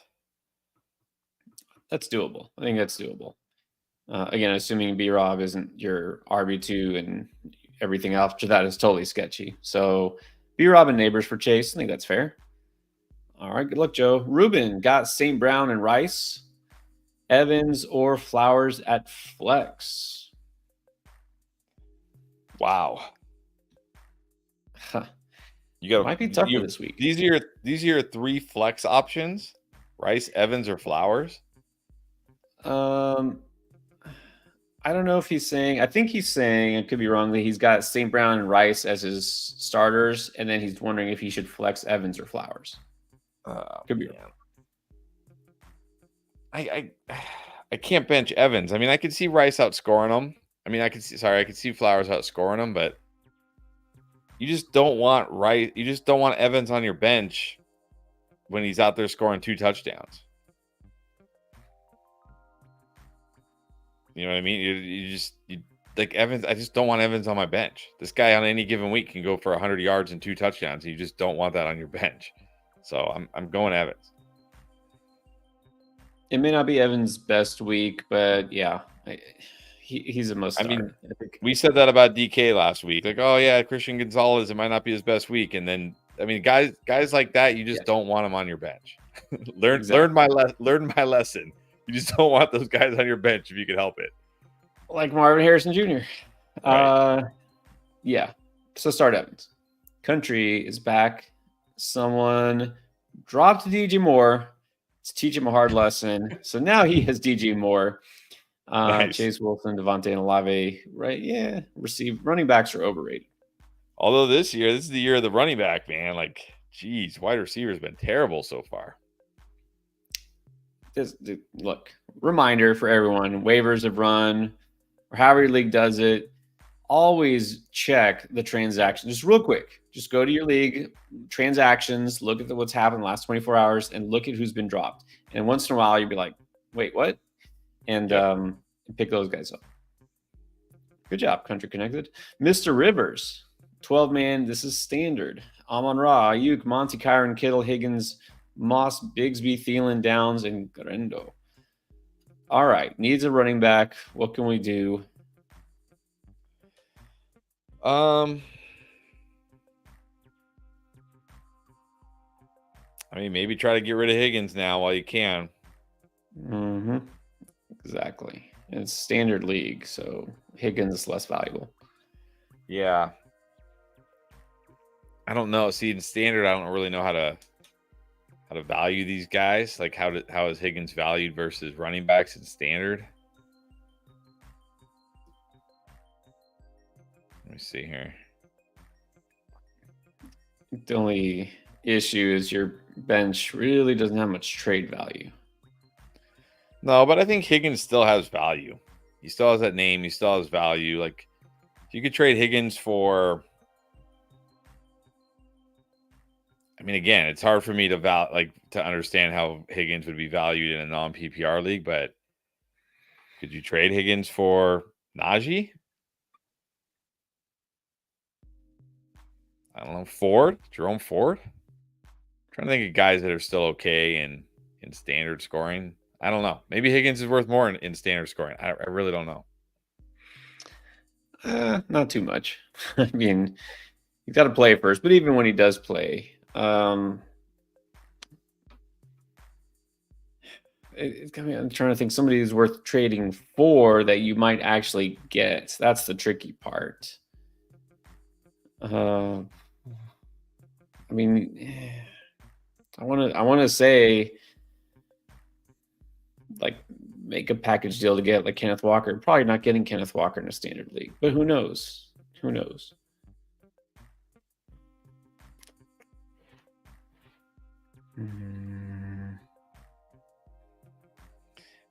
Well, but I mean, is somebody giving up Kenneth Walker for Higgins in a standard league? I don't think I would give up Kenneth Walker for Higgins in a PPR. Oh no, that's what I'm wondering. Straight up, no. I'm thinking it would have to be a package deal. That's the problem here, honestly. Like nobody's trading for Garando, Downs, Thielen, Bigsby, or Moss. So it would have to be a running back you could get for Higgins. Let's just say that. Higgins and Moss, maybe someone's a Bengals fan, and they're playing the Commanders this week. Higgins and Moss, and see what that gets you. Try to get the best running back you can. Royland, T-Law or Carr?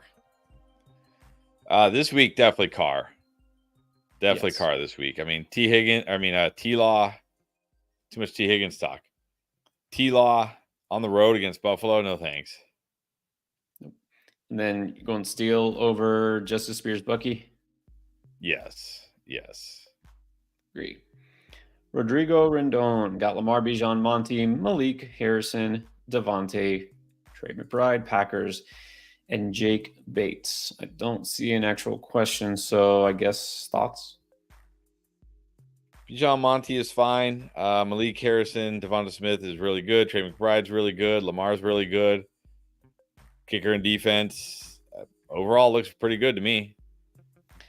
No, I say that. I actually saw there's a question. How do you really feel about Neighbors Harrison Devontae combo this week? How do we really feel? Like, you want to know the truth? Like, okay, fine, we'll tell you the truth. I think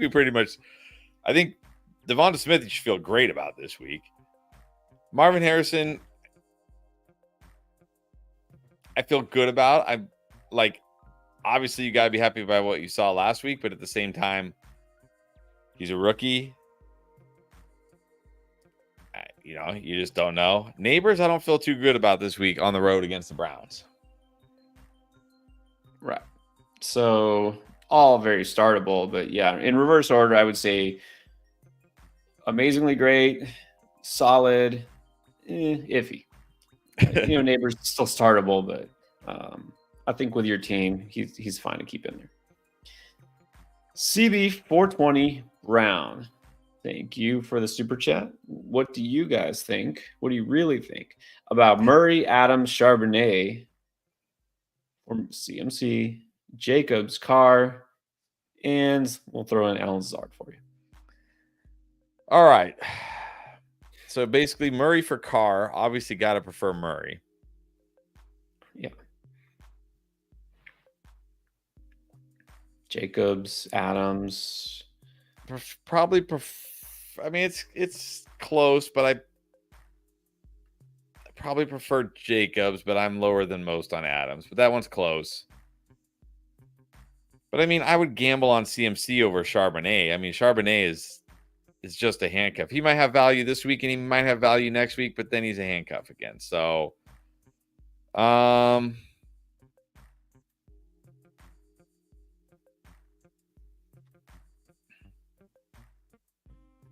man. I mean, you do get Lazard as well in the other one. That's pretty nice. That's pushing the scale, tipping the scale. Come on, look. Honestly, Lazard. Let's just ignore Lazard. Charbonnet shouldn't have trade value. I mean, honestly, he's probably going to be just a bench player. Can be dropped after next week. I feel like this is definitely in favor of the CMC side. Take the chance on CMC, but look, you got a stud running back in Jacobs versus Adams. The Carrs is still solid versus Murray, and then you're getting CMC. You're taking that chance. This could wind up a huge win. Now, of course, there's a chance that it's a minor L, but it's a risk worth taking, is what I would say. Yeah, and you are also getting Allen Lazard, so go for it. All right, there you go, and that's just like the cherry on top. Right. Okay. Well, let's get to the next super chat, which belongs to. Actually, let's do this one first.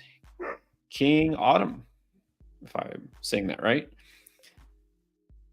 10 team, half PPR, 2 flex, super flex. Burrow, Robinson, Shakir, Pickens, Robinson again.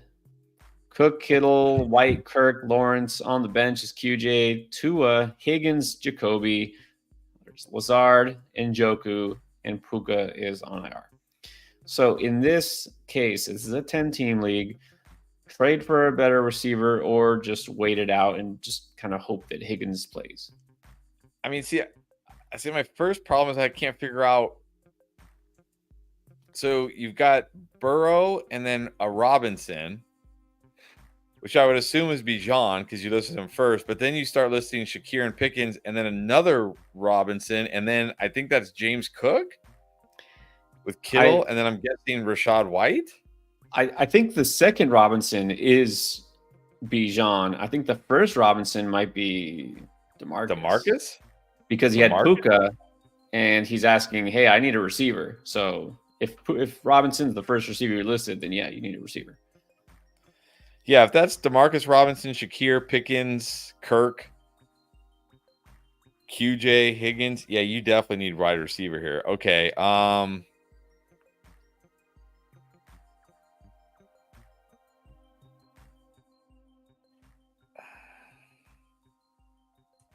And this is a 10-team league. I mean, you really shouldn't be starting Shakir or Robinson in a 10-team league at this point. No.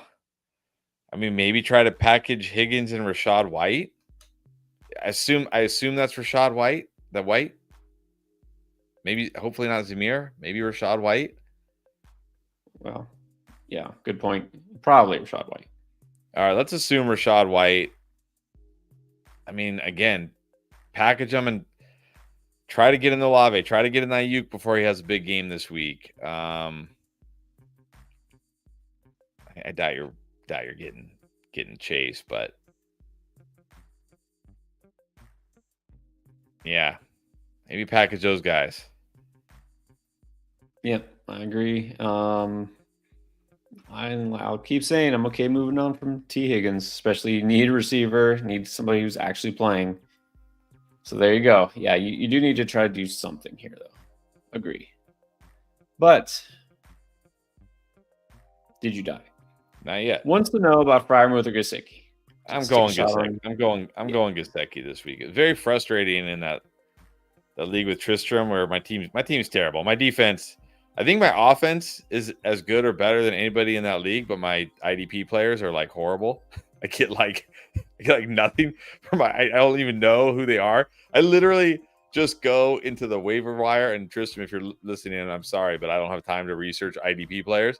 I literally just go into the waiver wire and I say, okay, show me the corner, the DBs. And I just take the guys who are the two highest projected and I just add on my team. And I take the highest projected, literally all, because I literally don't even know who a lot of them are. But anyways, I actually put in a bid for Gesicki and got outbid. I was very frustrated. And I have Freiermuth. I was actually very frustrated that somebody outbid me for Gesicki. And I only bid like 2, but still. But yeah, I'm going Gesicki. The whole point of that story was to tell you that I had this exact same dilemma, and I would have gone Gesicki if I could. I'm going Gesicki. I mean, Muth doesn't really seem to have a ceiling at all in this offense, so gotta go him. Let's get back to CB420 Brown. This is the same trade, so we're gonna still say the same thing. All right. Yes. Dream Cruise Cinemas. All right. No. Evans for Kincaid. No, if you're getting Kincaid, no. No. I don't care if your tight end is Pat Freiermuth. Just keep Evans. At least if you're gonna trade Evans for Kincaid, you need to get something else with Kincaid. What would be more reasonable is this: keep Evans, trade Malik Neighbors instead, but even or Jason, I'm fine with that, and get instead of Kincaid like Trey McBride or Brock Bowers, I guess. Yeah, lesser receiver, better tight end. Augustin Olvera, start 2 receivers, 2 running backs, 1 flex. Amon-Ra, Olave, Godwin, MHJ, Kamara, Cook, Pollard, and Ford. And then a defense question. All right, so wide receiver is going to be, Amon-Ra. And, oh, my gosh. I thought this was going to be easy. All right, running back is going to be Kamara, Cook. And then you have to you can only play 3 of Amon-Ra, Olave, Godwin, and Harrison. uh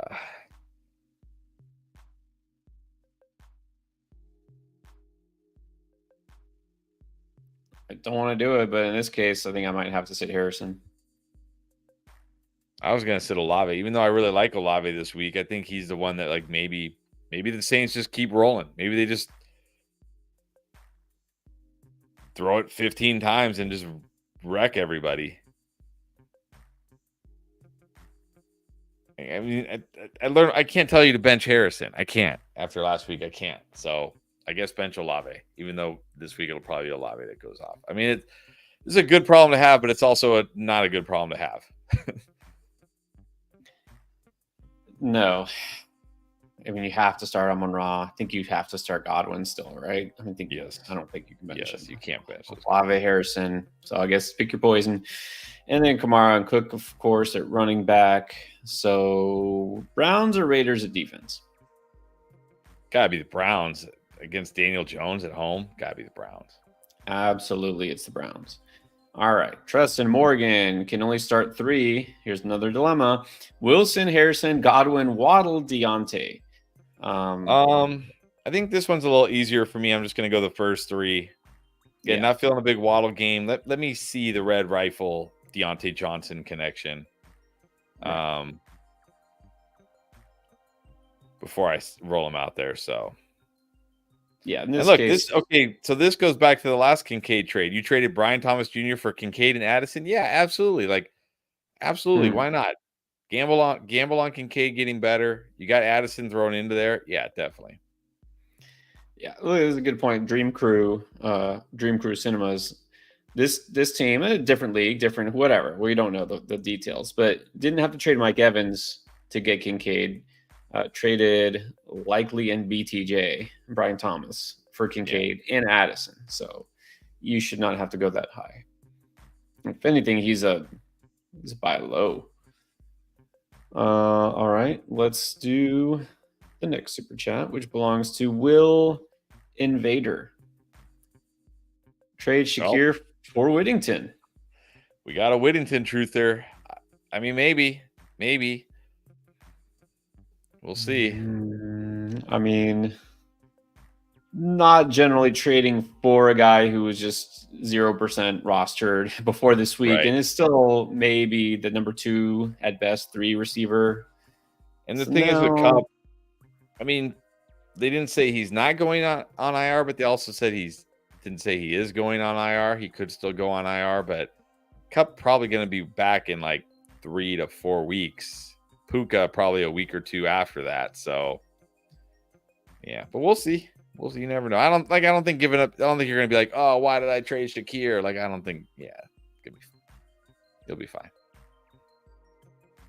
Well, I mean that's true, but still, let's see him like make a catch in the NFL first.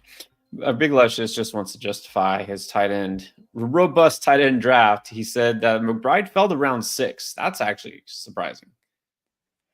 Okay, maybe but even still, like, it's just so hard for me to like pull the trigger, even though I see him there and I'm like, oh, it's such a value. Somebody's going to get such a value on McBride. It's still like so hard for me to pull the trigger there if I already had Laporta, but I get it. Well, look, it's not too late. I get value, right? We talk about getting the value. I would have not taken Laporta in round 3, but still too late. Trade Laporta, keep McBride. It'll be okay. Different Anthony. Wondering where I'm lacking.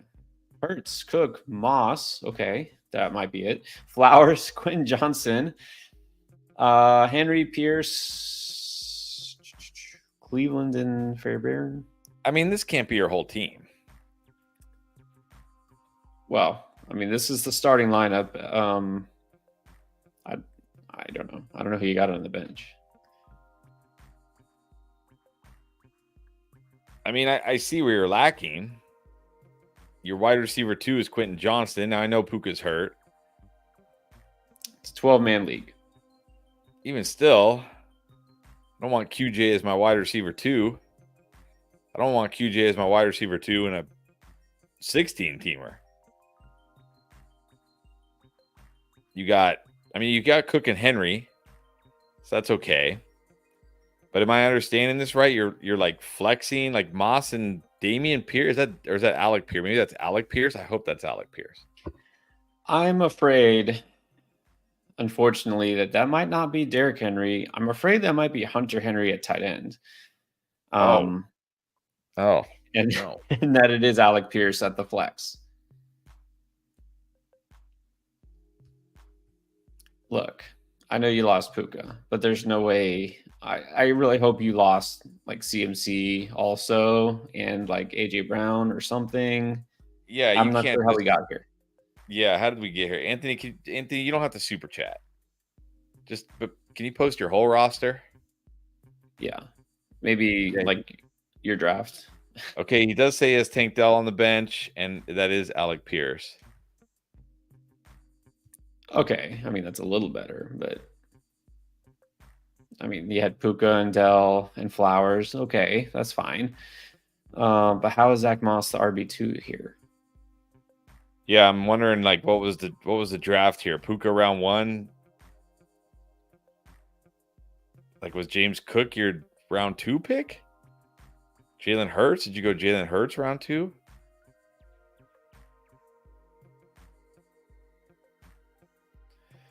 All right, so here's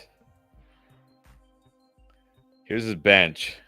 Got Baker, Tank Dell, Gesicki, Brandon Allen, Foreman. This is it. This is the whole team. So we All dropped right, a okay, lot here of we players. go. Here we go. Okay, Jalen Hurts, James Cook, Zach Moss, Dave Flowers, Quentin Johnston. It is Hunter Henry, Alec Pierce. Bench, Khalil Shakir, Baker Mayfield, Tank Dell. Yeah, I don't even. How did we get here? Okay, so I'm going to speculate here.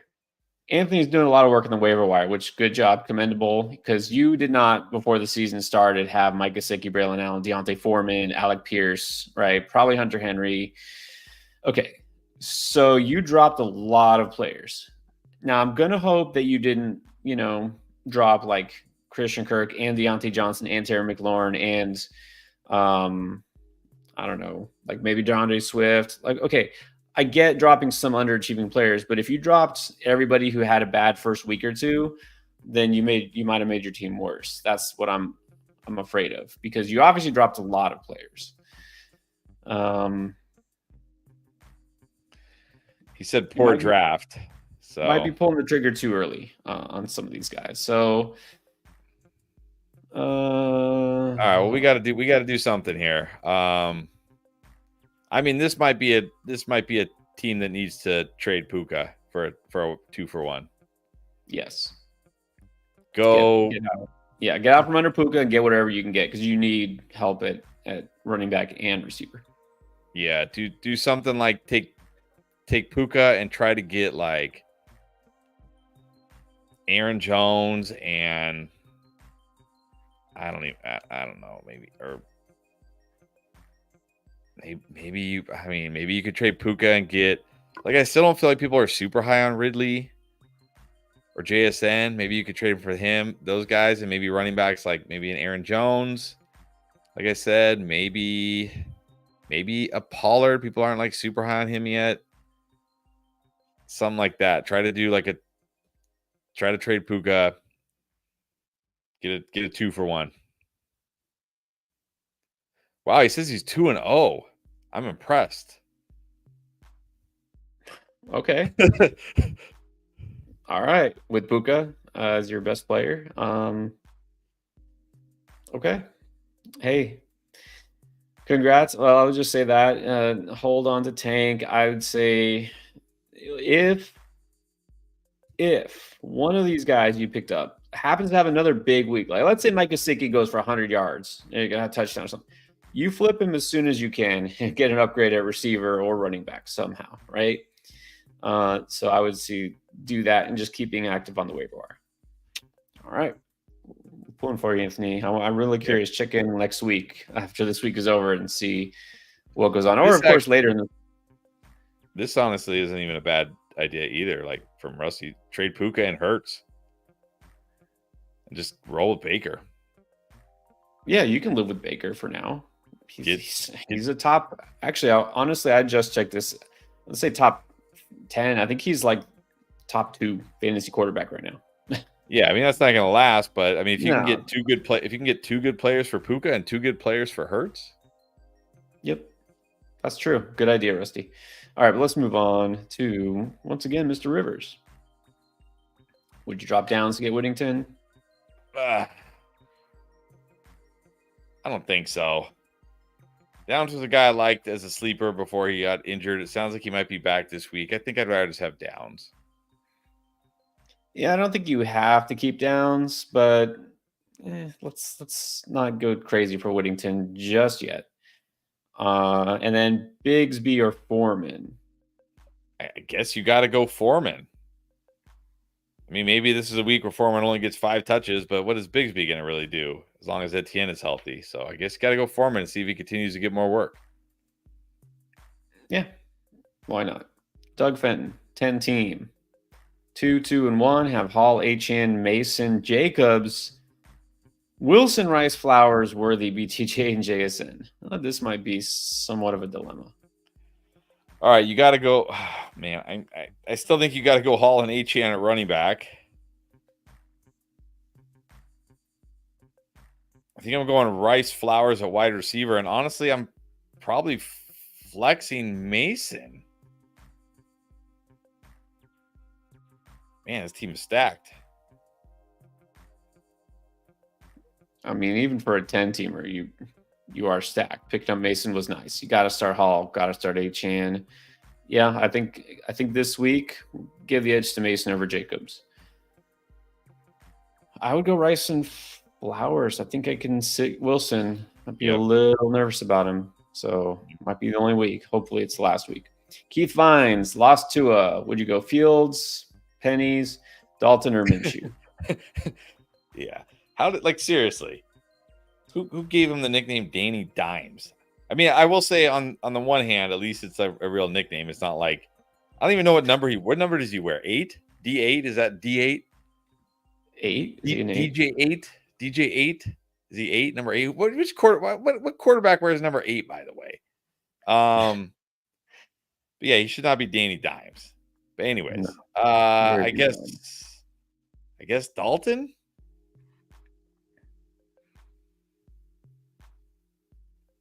I mean, Fields probably at least has a floor from rushing, but what's the ceiling? Yeah, not ceiling, but also this week is even tougher matchup. It's going to be a very low scoring game. Yeah, I mean, look, maybe Minshew because he gets the Panthers. I guess Minshew might be the safest pick. So one of those. You know what? I might just do Minshew. All right. What are you talking about, Donnie? Oh, yeah. Take Dell.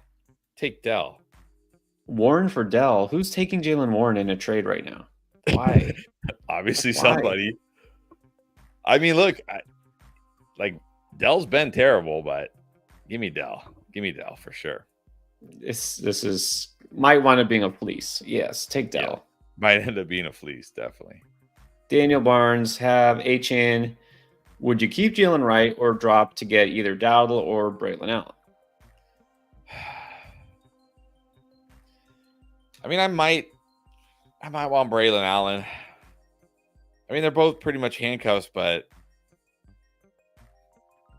I think I feel better about Braylon Allen if Brees got hurt than Jalen Wright if Achane got hurt. So it's close. Not Dowdle, though. Not Dowdle, unfortunately. Yeah, handcuffs. I mean, if it's just a stash handcuff, might as well keep Wright if you have Achane. I think that's fine. All right, and then Ronskoff, Kamara and Flowers for Brees and Ayuk. Yes. I still prefer Hall to Kamara. Kamara, another guy. I mean, obviously when you score 4 touchdowns, but way over his expected fantasy points. And I still prefer Ayuk to Flowers long term. So yeah, give me the Hall Ayuk side. Yeah, it's funny because you look at the first 2 games, you're like, oh, man, this is pretty close. Maybe the Kamara side, but I instantly said I'll take Hall Ayuk. That's what I'm doing. So yeah, go for it. which, by the way, just still catching up. So apologies, a little behind here, but friendly reminder: don't spam the chat, because that ironically does not mean that you will get your question answered because we see you posted 20 times. It actually means you will get put in timeout. And I'm not kidding. That's what they call it. It's timeout. So Danny Odisho have a 10-team full PPR. Want to trade Dobbins, Laporta, and Adams for AJ Brown and McBride. Would you do it? Yeah, I would do it. I mean, I definitely take AJ Brown over Adams. I definitely take McBride over Laporta. Really, the only way I think this can backfire, there's only two ways I could see this backfiring on you, is if AJ Brown's hamstring injury ends up being something serious and he like comes back and re-aggravates it and just has one of those years, or if Dobbins really is this guy all year. Those are the only two paths. Anything else, you win this trade.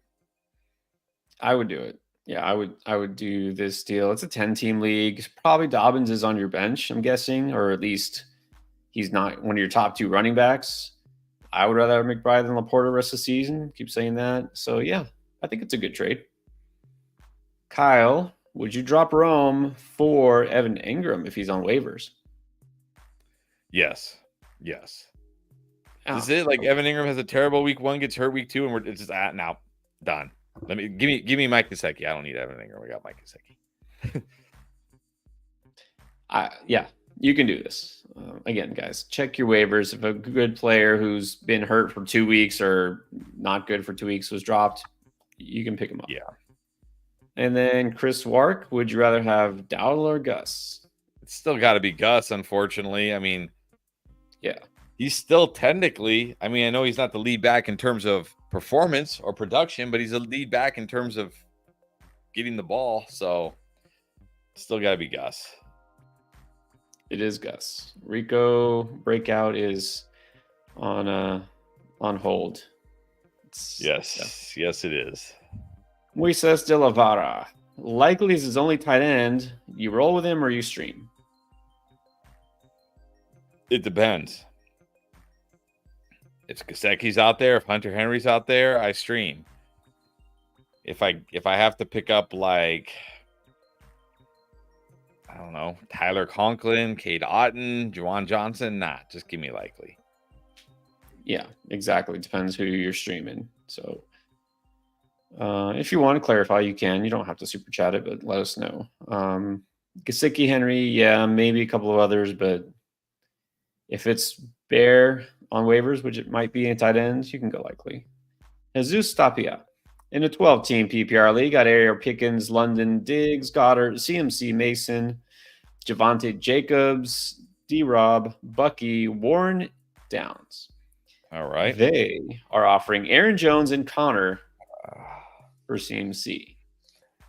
I don't think I'd do it. I know Connor's been great, but like we can't pretend like we know who Connor is. Connor's going to be solid. Connor's definitely going to be solid. He's not going to be this good all year. He's not going to be bad. He's going to be solid, right? Connor's going to be solid. Aaron Jones is going to be okay, assuming he stays healthy, which is always a risk. And it's always a risk with Connor too. I don't think Connor's ever actually not missed a game every year. I think he's missed at least like one game or more every year of his career. So I think this isn't enough for me. I'm just sticking with CMC here. The thing is, you're not potentially upgrading at a different position. You're just swapping out running backs. You got Mason. And you got Jacobs. Because you have Mason, you'd rather keep CMC and just secure that backfield. And it looks like you got Jacobs, right? Josh Jacobs is your other running back. Yeah, you don't need to do this. Are you starting James Conner? I mean, probably not. So, right. Nah. Yeah, you don't need to do this. Yeah. Journals traded DK and Ford for B-Rob, Puka, and Tyler Johnson. What do you think of that? I mean, I like the upgrade at running back.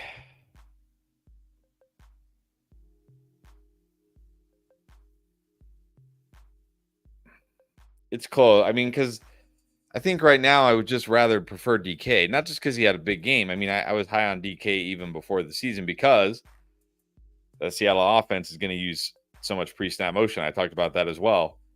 So I think right now I would just rather have DK over Puka because it's like I don't have to worry about, is Puka going to be out 7 weeks, 8 weeks, 10 weeks? I don't have to worry about it. But I definitely like the Brian. I mean, I don't think it's an L for you because when Puka comes back healthy, you'll also have Brian Robinson, which is good. But I think it's fine. I think it's fine. I don't think it's an L or a W, honestly. I think it's just fine. Good. It's Good the good old incomplete grade. Yeah. Yeah. Kind of. Puka's totally fine. Week 9, 10, it's a win. If not, then it depends. All right, KJ Herring got Laporta and Gesicki. Would you bench Laporta to go No. Gesicki? Not there yet. Not there yet. Look, if Laporta again has another terrible game, I mean, then we're probably going to have to take him off the no doubt must start, and then we can have this conversation, assuming Gesicki has another nice game. But right now, no. Laporta will have a good game at some point. So exactly, if you need a tight end, you can go Gesicki. You still got Laporta. Just start Laporta.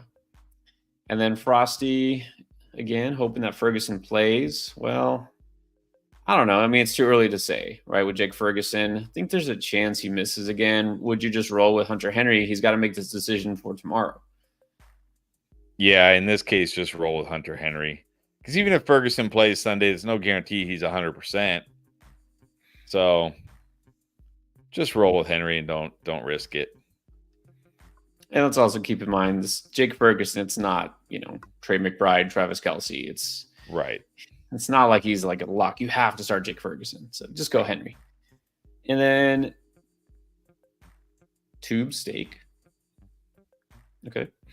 Tube Steak is 0-2. How to get better. Got Burrow, Darnold, Jacobs, Harris, Hunt, Dowdle, Chase, Pittman, Thomas Jr., Jennings, and Laporta. No. Would you start? No. Okay. Hunt might not even be active this week. Yeah. Dowdle, you can't start Dowdle. I mean, I see why you're 0-2. Oh, jeez. Hold on. Yeah, I see it also. Burrow hasn't done much. I mean, Jacobs has been good, but your RB situation is not good. Chase and Pittman has not been good. So, okay. Yeah. What can we do to get better is the question. I'm not really sure.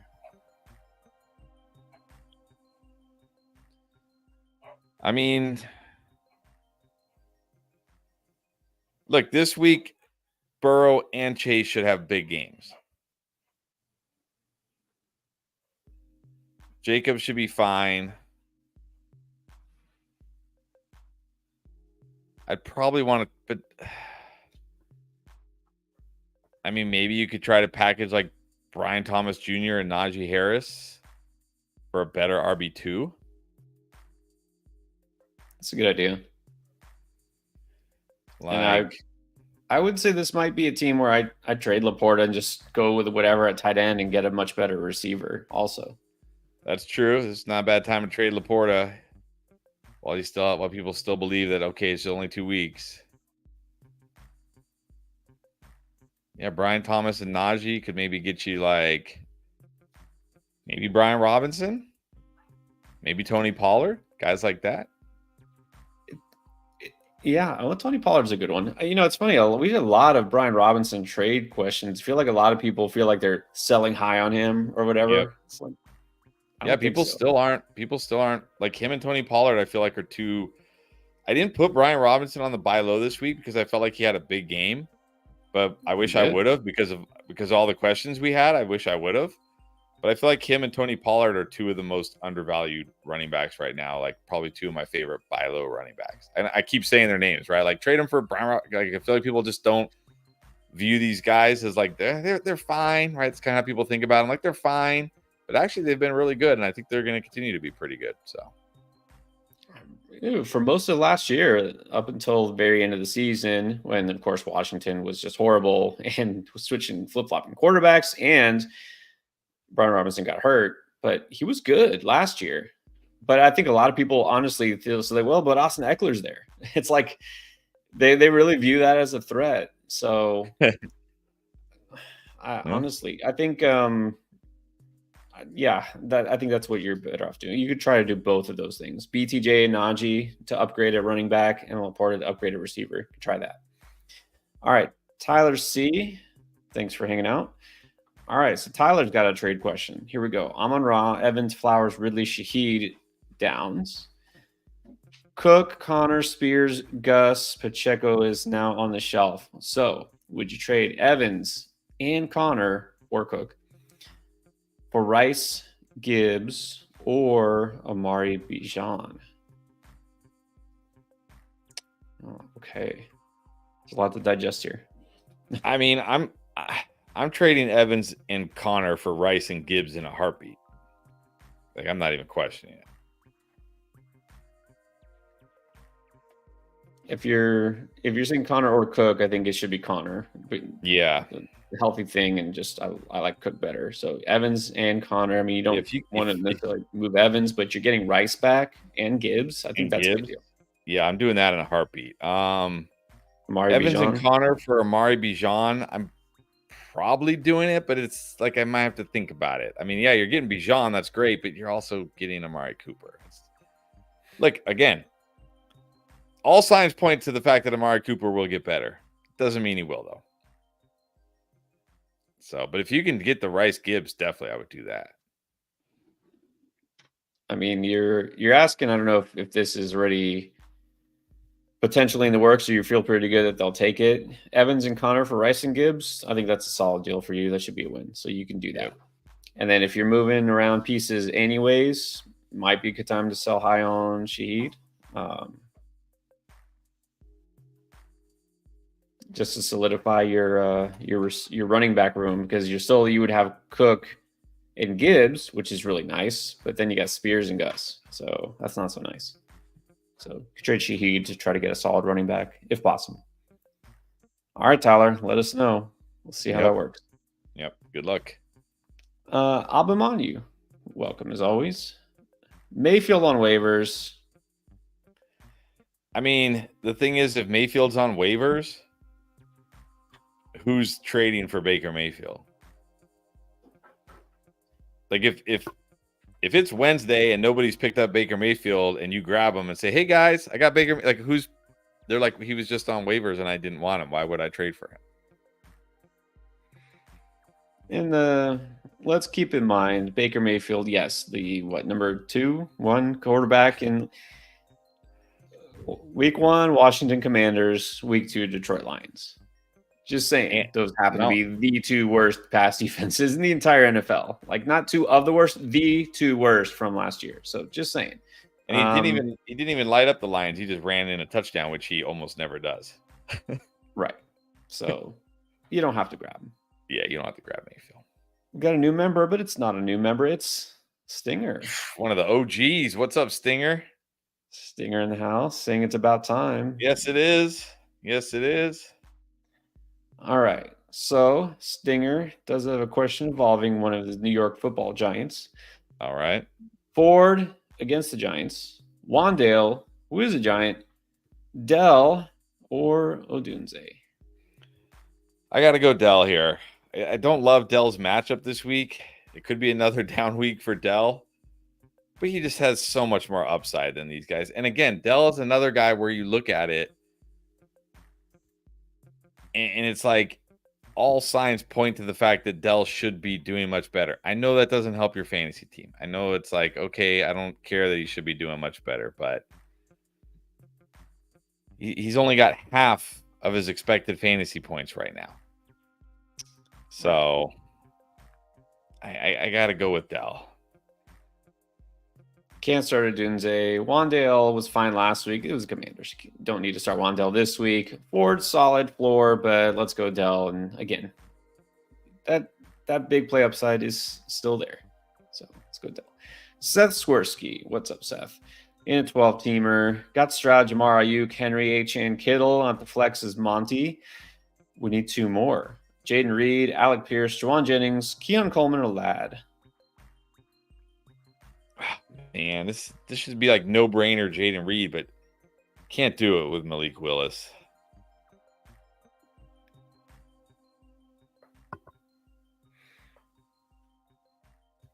I think I'm going Pierce. I might just go Pierce and Jennings. Pierce and Jennings. Yeah. This week, I mean, yeah, you really should just be able to say Jaden Reed, and that's the end of the story. But let's see. Last week was 2 catches, 9 yards. 9 yards. 9. Yeah. You don't want to repeat of that. There it is. Pierce and Jennings. Pierce and Jennings are. You can't start Ladd, the matchup. I mean, he wasn't great last week either, and now he's got a worse matchup. Yeah. And Quentin Johnston has asserted himself as the alpha. Phil Ciartino. Was Rodgers even better than Richardson last week? Like serious question. Like, who scored more fantasy points last week? Even though Rodgers had 2 touchdowns, did he outscore Richardson? I mean, he probably did, right? But was it by a lot? Maybe, but it doesn't matter. It's not Rodgers. It's not Rodgers, but I'm just curious now. Aaron Rodgers. Oh, come on, guys. Come on, ESPN. I'm looking at week 2. All right. Anyways, move on. But I'm going to look because I'm curious now. Rodney Woods. Back again. Still struggling. Team is in shambles. Well, look, we've already seen a couple of teams that probably are worse. Dunze, Diggs, Higgins, DJ Moore, Pierce, Bateman, Dobbs, McMillan, Njoku, Freiermuth, Gesicki, Monty, Gus Edwards. Okay. Pick 3 receivers. And by the way, for those of you that are curious, Aaron Rodgers did outscore him by 2 points with 2 touchdowns, and while Anthony Richardson threw 3 interceptions. All right. Team in shambles. 3 wide receivers, a tight end, and 2 flex. All right. Wide receivers are going to be. Oh, I see why you're in shambles. Diggs, DJ Moore, and Pierce are going to be my 3 wide receivers. Njoku's still hurt. I'm going Gesicki at tight end. Okay, you do not need Rodney. You do not need Njoku, Freiermuth, and Gesicki. Drop Freiermuth. If you want to hold Njoku, that's fine because, I mean, he's probably not playing this week. They haven't ruled him out yet, but they pretty much said today that, like, yeah, he's unlikely to play, which means he's out. Right. You can drop Muth and grab anybody, basically. Anybody off the waivers. So what do we got here? We got Diggs, DJ Moore, Pierce. We got Gesicki at tight end. 2 flexes. No, 2 flexes, thankfully. 2 flexes. I think Monty's got to be one. Monty definitely has to be a flex, which you shouldn't feel bad about Monty as a flex. And look, honestly, if Higgins was healthy, I'd feel good. I'd actually feel good about your choices, but he's not. So, Monty and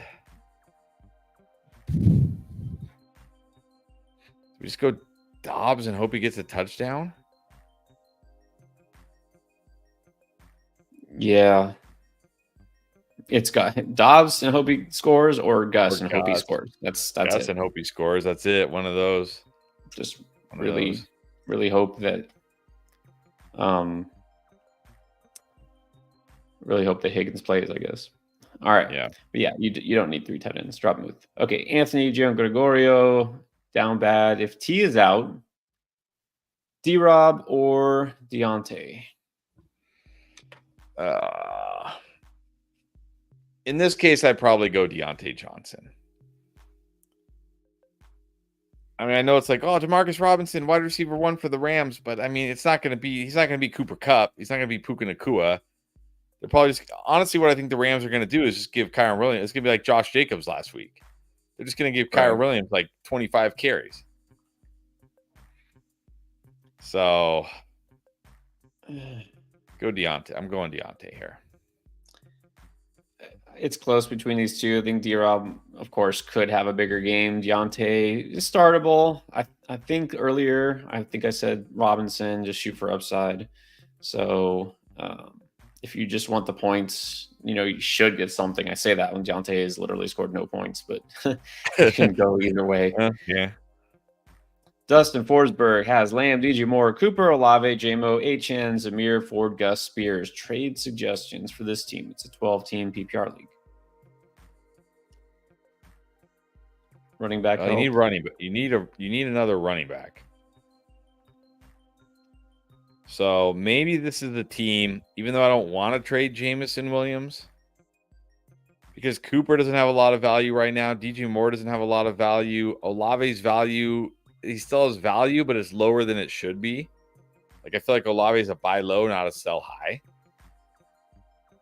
So Jameson is probably the guy I'm trying to trade here because I feel like he does have good value. And again, I'm going to say the same names: Brian Robinson, Tony Pollard. Maybe you could get a Ramondre or a Kenneth Walker or James Conner or somebody like that. Maybe. Although Kenneth Walker's hurt, so you might not want to trade for him right now. Right. All right. There you go. Trade from your strength at receiver. Try to upgrade at running back, but don't overpay. As always, that's the advice. Run CMC. Blue, just dropping by to say hi and hit the like. Thank you. What's up? Thank you. All right. Then we're going on to Jason Priddle. I'm guessing there's another one here. Yeah, so I think he's saying 2 running back, 2 wide receiver, and a flex. So where either that or he's humble bragging that his lineup scored 221 points this week. Could be. All right. So I mean, he had Kamara, DK, Shaheed. He might have scored 221 this week. Yeah, no kidding. Okay, so there's the receivers, nicely parenthesized, and then the running backs. Worried my bench will boom every week. Oh, I mean, that's a terrible problem. But I see what you're saying. What would you do here? It's a 10-team league. What would I do? He's asking trade targets. I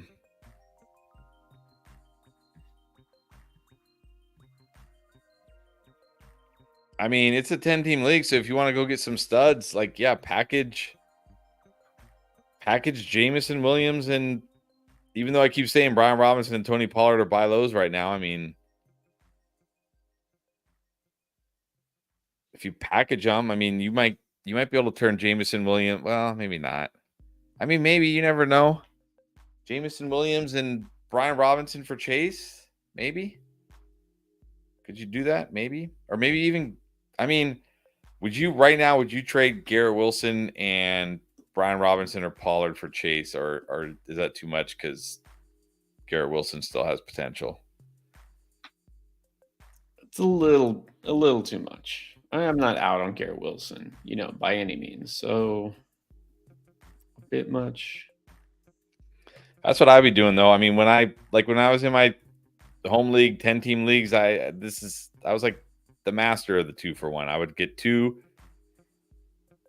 good, players and go get 1 stud, because that stud's gonna mean way more for you. Because like you said, it doesn't, in a 10-team league, having like Brian Robinson and Tony Pollard scoring a bunch of points on your bench doesn't help you win games. Right, and having a bunch of guys go off on your bench is aggravating and doesn't help you either. So yeah, I'm definitely down with the 2-for-1.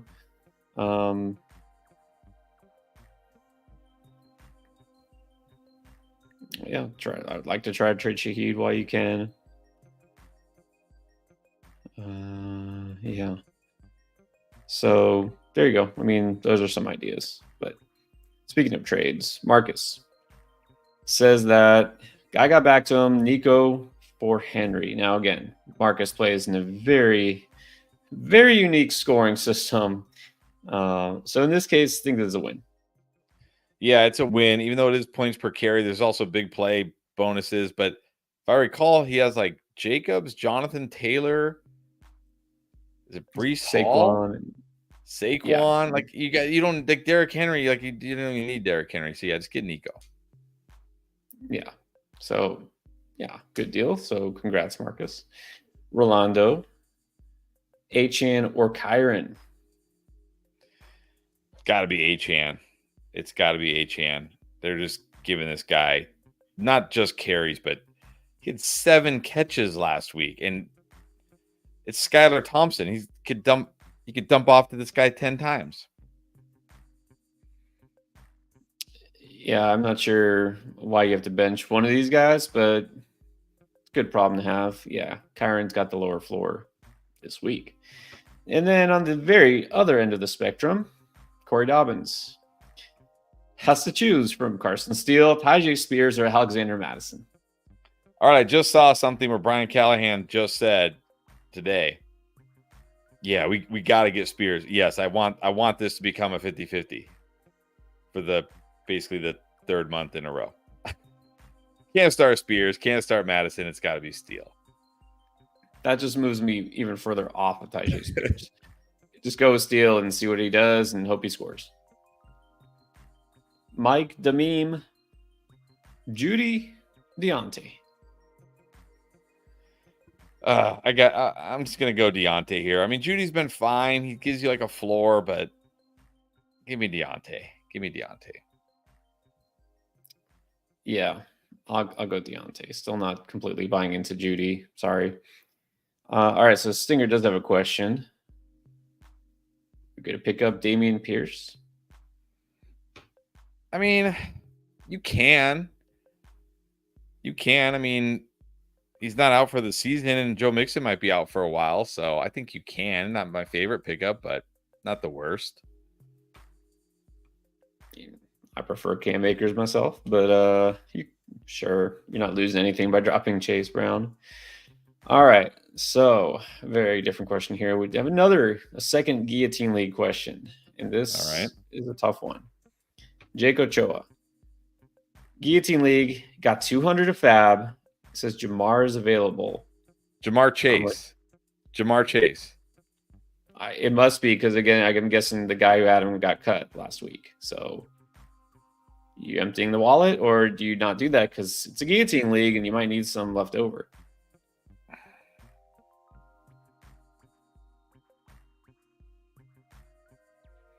I mean, that's why I love Guillotine Leagues.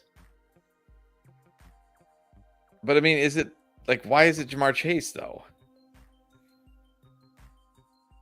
Well, I know they all have different formats and whatever, but every week somebody gets chopped, right? Right. Low score. Aren't there usually like protected players? But that team is dead in the water, so all the players just go out into the pool.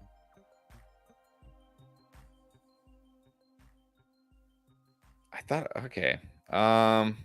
I played in a league like this before. I played a league where whoever's low scorer, that team is dead, and all their players are now available. And so you have to be strategic of picking and choosing when do you make that waiver move, when do you spend your fab. Do you do it early to stack your team, or do you wait because somebody else might get chopped who has a better player?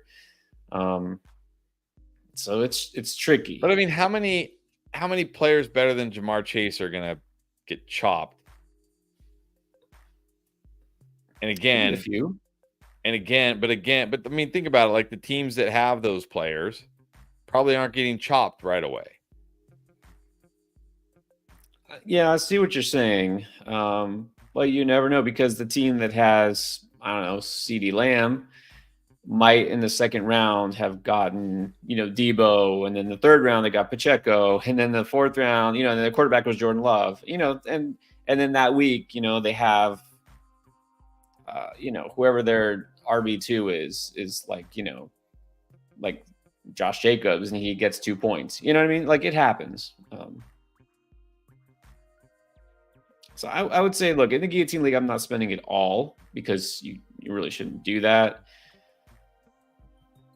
Go up to like 160, 170, maybe. Yeah, I think you still got to go for Chase because I mean he's gonna really increase your chances of not getting chopped. Although it didn't work out for the team that had Chase, I guess, so because he was terrible. And this also depends how much fab does everybody else have? How much did they spend last week? How much do they typically spend if this is a league that you're, in from last year? So I'd say between 150, 160, try to get him, make a good effort. And if you don't, I wouldn't spend it all. That's what I would do. All right. Mr. Rivers with another. Higgins, Moss for Walker. Yeah. Just give me That's Walker. fair. Yeah. No, that should not get vetoed. I mean, well, I don't know. People might be like, oh, but Walker's hurt right now, so it should be fine. And then Anthony, Giangregorio, Gesicki, or Schoonmaker. I still got to go Gesicki. In fact, we actually dropped Schoonmaker in one league where we streamed him last week at the last minute. I just think Gesicki has more upside. And there is a chance Ferguson plays this week, so just go Gesicki. Yeah, let's go Gesicki. All right, and then Damian Lorenzo in a 12-man PPR league. Geno, Hall, Foreman, Neighbors, Collins, Higgins, or Reed. Kincaid, Los Pacheco. Ooh, start Foreman. Well, I mean, I don't know who your other options are. I don't see anything. Right. I mean, you're saying you have Braylon Allen. I don't think I could start Braylon Allen. Just go for it. Look, they get the Giants this week. It's a good matchup. I mean, he got 14 carries last week. Go Foreman. Yeah, it's a good matchup. Might as well. I mean, you don't want to start him, but if this is your best option, then that's your best option. AV got Carr, Olave, Stack, Moore, Keenan, Dobbs, AD Mitchell, Diggs, Naylor, Saquon Henry, Hawkinson. Pitts needs a running back. Who to trade? And who to start, I think. I mean, you say you need a running back, but you got Saquon and Henry. Like, if Henry is your RB2, that's pretty good. Yeah. Your wide receivers are Olave, DJ Moore, Keenan Allen, Dobbs, Mitchell, Diggs, and Naylor. I think you need wide receiver more than you need running back, honestly.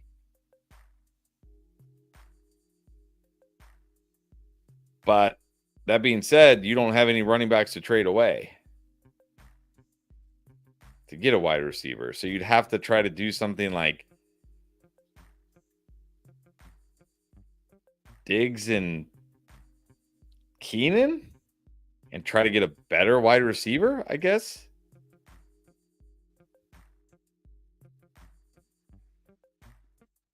Yeah, and I don't know. Because he listed a lot of receivers. He listed as 2 tight ends. He only listed 2 running backs. So I'm wondering, are you saying you need another running back because you only have 2 running backs on your entire roster? That's what I'm starting to wonder. Yeah, which, okay, maybe. So, I mean, but again, I'm not going to trade. Like, you can't trade one of these wide receivers. I mean, I guess you could. You could trade, like, Diggs for, again, like a Pollard or Brian Robinson. But I feel like this team needs wide receivers. Like, I don't want to be starting, like, Olave is good, but I don't want to be starting, like, DJ Moore and Keenan Allen every week because you say, like, there's a flex here. I mean, you know what I mean? So,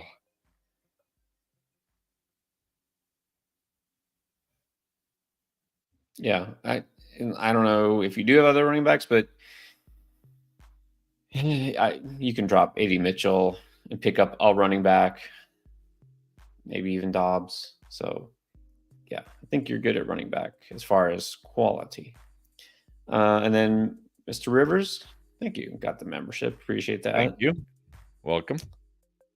All right. Eric Chavarella. Get Thielen now because of the rifle factor. I'm not getting Thielen. I don't mind getting Tolbert. If you want to drop Jacoby Myers for Tolbert, I'm okay with that. Or maybe even Brandon Cooks for Tolbert. It looks like I think that might make sense. I mean, if Tolbert now has value, it's because Cooks won't have as much value, right? Right. Yeah. I'm not dropping Kirk yet. You can drop Cooks for Tolbert. There you go. And then Damien also got the membership. All right. Appreciate it. Brosif already had it. Brosif, very active in the Discord. Bench 2, Waddle, Dobbins, Rashad White, and B-Rob.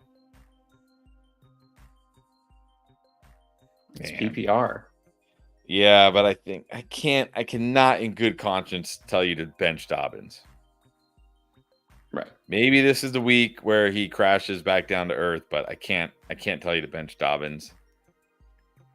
I think I'm benching Rashad White and Waddle. Rashad White's my first bench here because touches aren't there. I was wondering if you would bench Waddle or not because he is the receiver in PPR, but then again, Skylar Thompson. But I just can't tell you. Like, I like Brian Robinson enough. I'm not. But honestly, Brian Robinson is probably the one I feel the best about among this group. Well, there you go. But I just can't tell somebody to bench Dobbins anymore. It's like just until Dobbins crashes, just start him. Yep, there you go. Dobbins and B-Rob. JDH has Mason, Bijan, Achan, Chuba, White, Brooks, Mahomes, Waddle, Adams, Higgins, Dell, BTJ. It's 12-man, half PPR. Offered Rice for Waddle and Mason. Would you give up Waddle and Mason to get Rice? No. Because again, it's not like Tua's done. I mean, maybe we don't know, but I don't feel like he's going to retire. I feel like he's going to still play. So I think Mason's going to be. If Tua's back, let's say he's out for 4 weeks and then he's back. CMC might not be back yet. You might you'll have Mason that whole time, and then you'll get a good Waddle, and Mason might still be the guy. So no, Waddle. I'm keeping Waddle and Mason.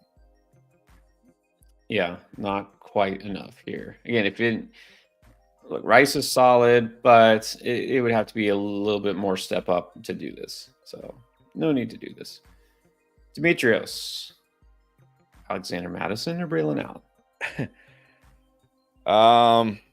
Yeah, I actually made a mistake on our running back video. I said Alexander Madison had 3 carries for -1 yards and a touchdown. He actually got one more carry I missed, and he picked up 2 yards on it. So he ended up with 4 carries, 1 yard, and a touchdown, which is very, very hard to do. Game changer. Yeah, no, Madison, no. Braylon Allen, sure, pick him up. I mean, at worst, he's one of the highest end handcuffs because if Brees goes down, he's getting all the touches in that backfield and he's good. So Braylon Allen, not Madison. Braylon Allen, it is. Make it 2 for 2, which leads to this question. Crazy 77. You dropping Mostert for Braylon Allen? Probably. Oh, you're not. Yeah? I don't even know. Like, when are we going to see Raheem Mostert? He might miss this week, but I think that's it. I think he still has some value. I said he was seen participating in practice Wednesday, so maybe not. Maybe not. And they've got to try to establish the run, which maybe they won't be able to do. But well, yeah, they did it last week with Achan. Right. Only because Mostert was out. That's the only reason.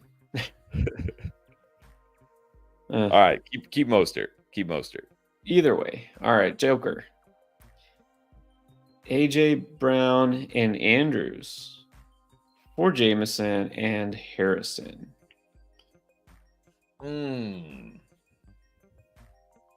Fair. I mean, it's tough, so I think it's fair. I think this comes down to who is going to be your tight end if you trade away. If you don't get, I don't know which side you're getting here. I certainly think it's fair. But the question I would have is, like, if I'm this side trading away Andrews, who is my backup option at tight end? Like, do I have an okay option at tight end as a backup, or am I going to be streaming, the terrible waiver wire tight ends? Yeah, and then also I'm thinking the side doing this, you're trading AJB and a tight end to get 2 receivers. Is that because both these receivers instantly are starting? Like, that means I would hope Jameson Williams then becomes your every week wide receiver 3. Like, not that he's like, oh, I got him on the bench now. So kind of, it's fair though. Definitely fair. Depends on team needs. All right, and then it is time for Unforgiven. All right. Are you willing to start Shaheed over Evans? Well, okay, hold on. It does have With return yards. Doesn't Rashid he returns? Let me see. I know he does, but like, how good has he been at it? Let's see. Kick and punt returns. He has 3 returns for 60 yards this year. Is that really No, tipping the needle here? Nah, I'm going Evans. I think I'm still starting Evans. Yeah. And then Carson is here. Carson 17. Full PPR, 6 points, pick a quarterback, 2 running backs, 2 receivers, and a flex. Okay, so I guess 6-point passing touchdowns. Got to go Murray over Daniels because he actually throws touchdowns. Yep, got to go Murray. 2 running backs. Achane and Kamara. Achane and Kamara, 2 receivers, and then a flex. Chase and Collins. And then I think you got to flex Harrison. Oh man, oh my gosh. It's tough to bench Rice. It's tough to bench Jacobs, but I can't in good conscience tell you to bench Harrison. So flex Harrison. Rice may be safer. Jacobs definitely safer. Right. I mean, you have to start Chase. I think you have to start Collins now. Yeah, go Harrison. It's a good matchup for him. KJ Herring. 1-1. You're fine. Yes. Yeah. Stroud, Goff, Henry Monty, Braylon Allen, Mostert, Corum, and Zeke. St. Brown, DJ Moore, Rice, Watson, Coleman, Laporta, Gesicki, Fairbairn, Ravens. Thoughts? It's Good? crazy. It's crazy. We're seeing these Laporta teams that are picking up Gesicki. Like, oh man, it's brutal. But still roll Laporta this week. Yeah. Henry Monty, Mostert might be back this week, so not bad there at running back. St. Brown, DJ Moore, Rice, Watson. Wide receivers are okay. Obviously, hopefully Love is back soon, and hopefully Caleb Williams and the Bears figure things out.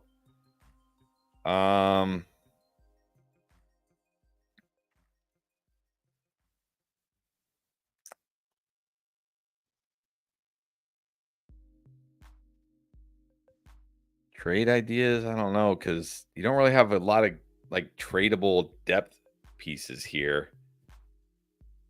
Like you kind of need all your running backs. Like you need Henry, Monty, and Mostert. Corum doesn't really have any trade value. Braylon Allen doesn't have any trade. Zeke definitely. I mean, I don't know. Maybe people are still high on Zeke. I'm sure there's people out there. Someone. Watson doesn't have trade value. I mean, maybe Coleman has a little bit of trade value because he's a rookie. Maybe Moore has a little bit of trade value, but not a lot. Yeah. I think you're good for now. Honestly, I don't really see anything that jumps out as like a obvious trade. Yeah, same. Nothing. I mean, none of your running backs, other than your starters that you need, really have trade value. So I think you're good for now. Just hold tight. I mean, you'll be fine. This is a team where I wouldn't say, "Hey, go out and trade Laporta. You're good with Gesicki the rest of the year." Let's not go there yet. Yeah, no, let's not go there yet. All right, and then could this be Mr. Hubbard himself? Chuba is in the house. Trade Kyron for Debo, basically. Kyron for Debo and Lazard? No, especially not right now. I mean, yeah, okay, Lazard doesn't even count, especially not right now. I mean, I think if Debo was healthy, I'd say, yeah, I think this is fair. You need a wide receiver, it's fair. But are you prepared to trade away Kyron and then not have Debo for the next potentially 3 weeks? And it's a calf, but maybe it's more than 3 weeks. So no, I'm just keeping Kyron right now. If Debo was healthy, I'd say totally fair trade, but he's not. So yeah, it would be reasonable, but I'm still keeping the RB1 over the wide receiver. Don't trade Kyron because Lazard is not going to get you by anything. Sven Dragon, welcome back. Would you trade Etienne and Ford for Nico? I think it's totally fair. Totally fair. If you have plenty of running backs and you need the wide receiver help and your opponent needs running backs and has plenty of wide receivers, totally fair deal. Yeah, I'm doing this. I mean, obviously, you're trading 2 running backs. Hopefully, you're good. So if you can afford it, yeah, I would do it. Mr. Rivers needs a flex between Downs, Foreman, Thielen, Moss, Higgins.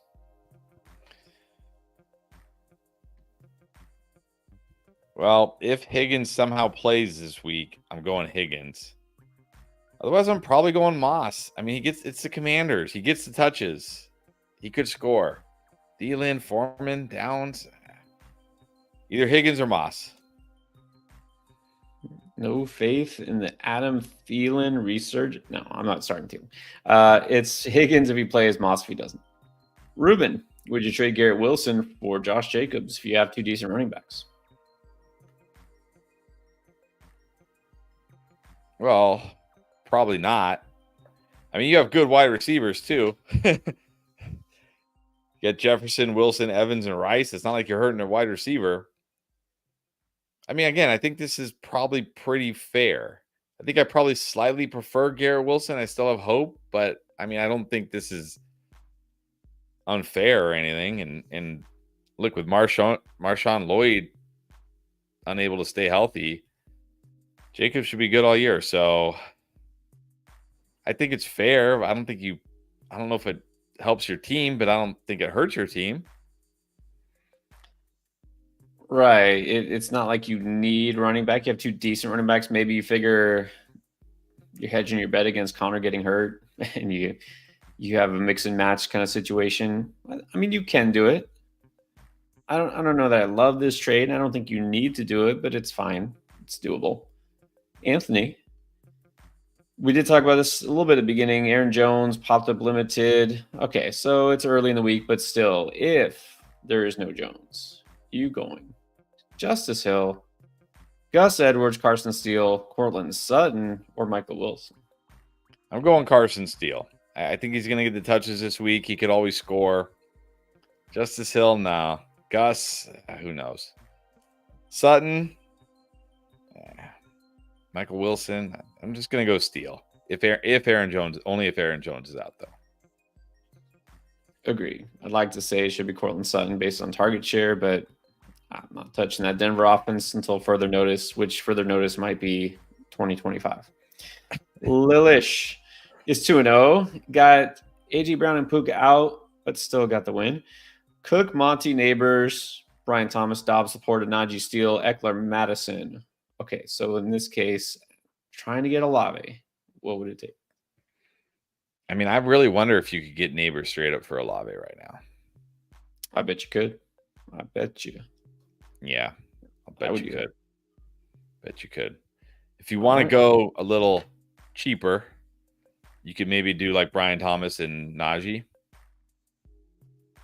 See if that works. That would be better. I don't know if that'll work, but you could try it. Yep, agree. That's probably it, though. That's probably where it ends. Yep. All right, an interesting one. And we'll do a couple of the non-super chats before we get out of here. Sunit, Blue Scar, Ingram and Dell for Bowers and Deontay.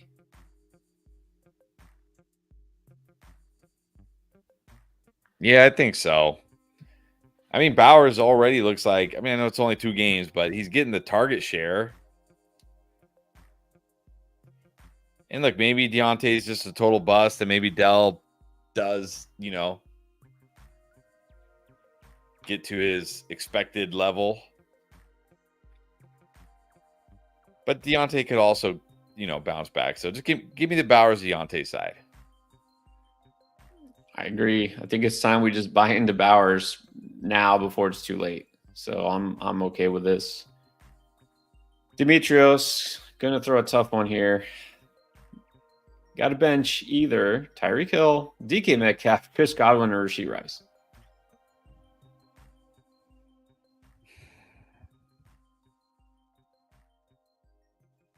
Man, I guess I'm benching Rashee Rice. I'm not benching DK anymore. Done with that. Can't bench Godwin, and I still can't bench Tyreek Hill. So I guess Rashee Rice, man, that's tough. It is tough, but good problem to have. But yeah, I think Rice is the guy here. And then Keith Vines again. Let's line them up. Dalton, auto start. Ayuk, Ridley, Barkley, JK, Likely, Deontay. Got London on the bench. Ooh, is that B-Rob on the bench? Interesting. But you do have Barkley and JK. Muth, Mostert, Leggett. Okay, well, I think there's only the first two guys, the only ones worth considering. I mean, if it's me, I'm putting London in over Ridley and B-Rob in over Deontay. But if you like Ridley, it's fine. Leave him in there. And so then it would be between, do I start London or B-Rob over Deontay? I probably go Brian Robinson just for that safer floor. Agree. I think Deontay might be startable this week, and I know you got Dalton. You're gonna love that stack, but maybe let's hedge our bet a little bit. I would flex B-Rob too, and then Ridley London is a toss up. I'm probably sticking with Ridley, and then which defense? Minnesota or Buffalo? Buffalo gets the Jags. Minnesota gets the Texans. I don't think we want that. Yeah, Buffalo at home against the Jags should be just fine.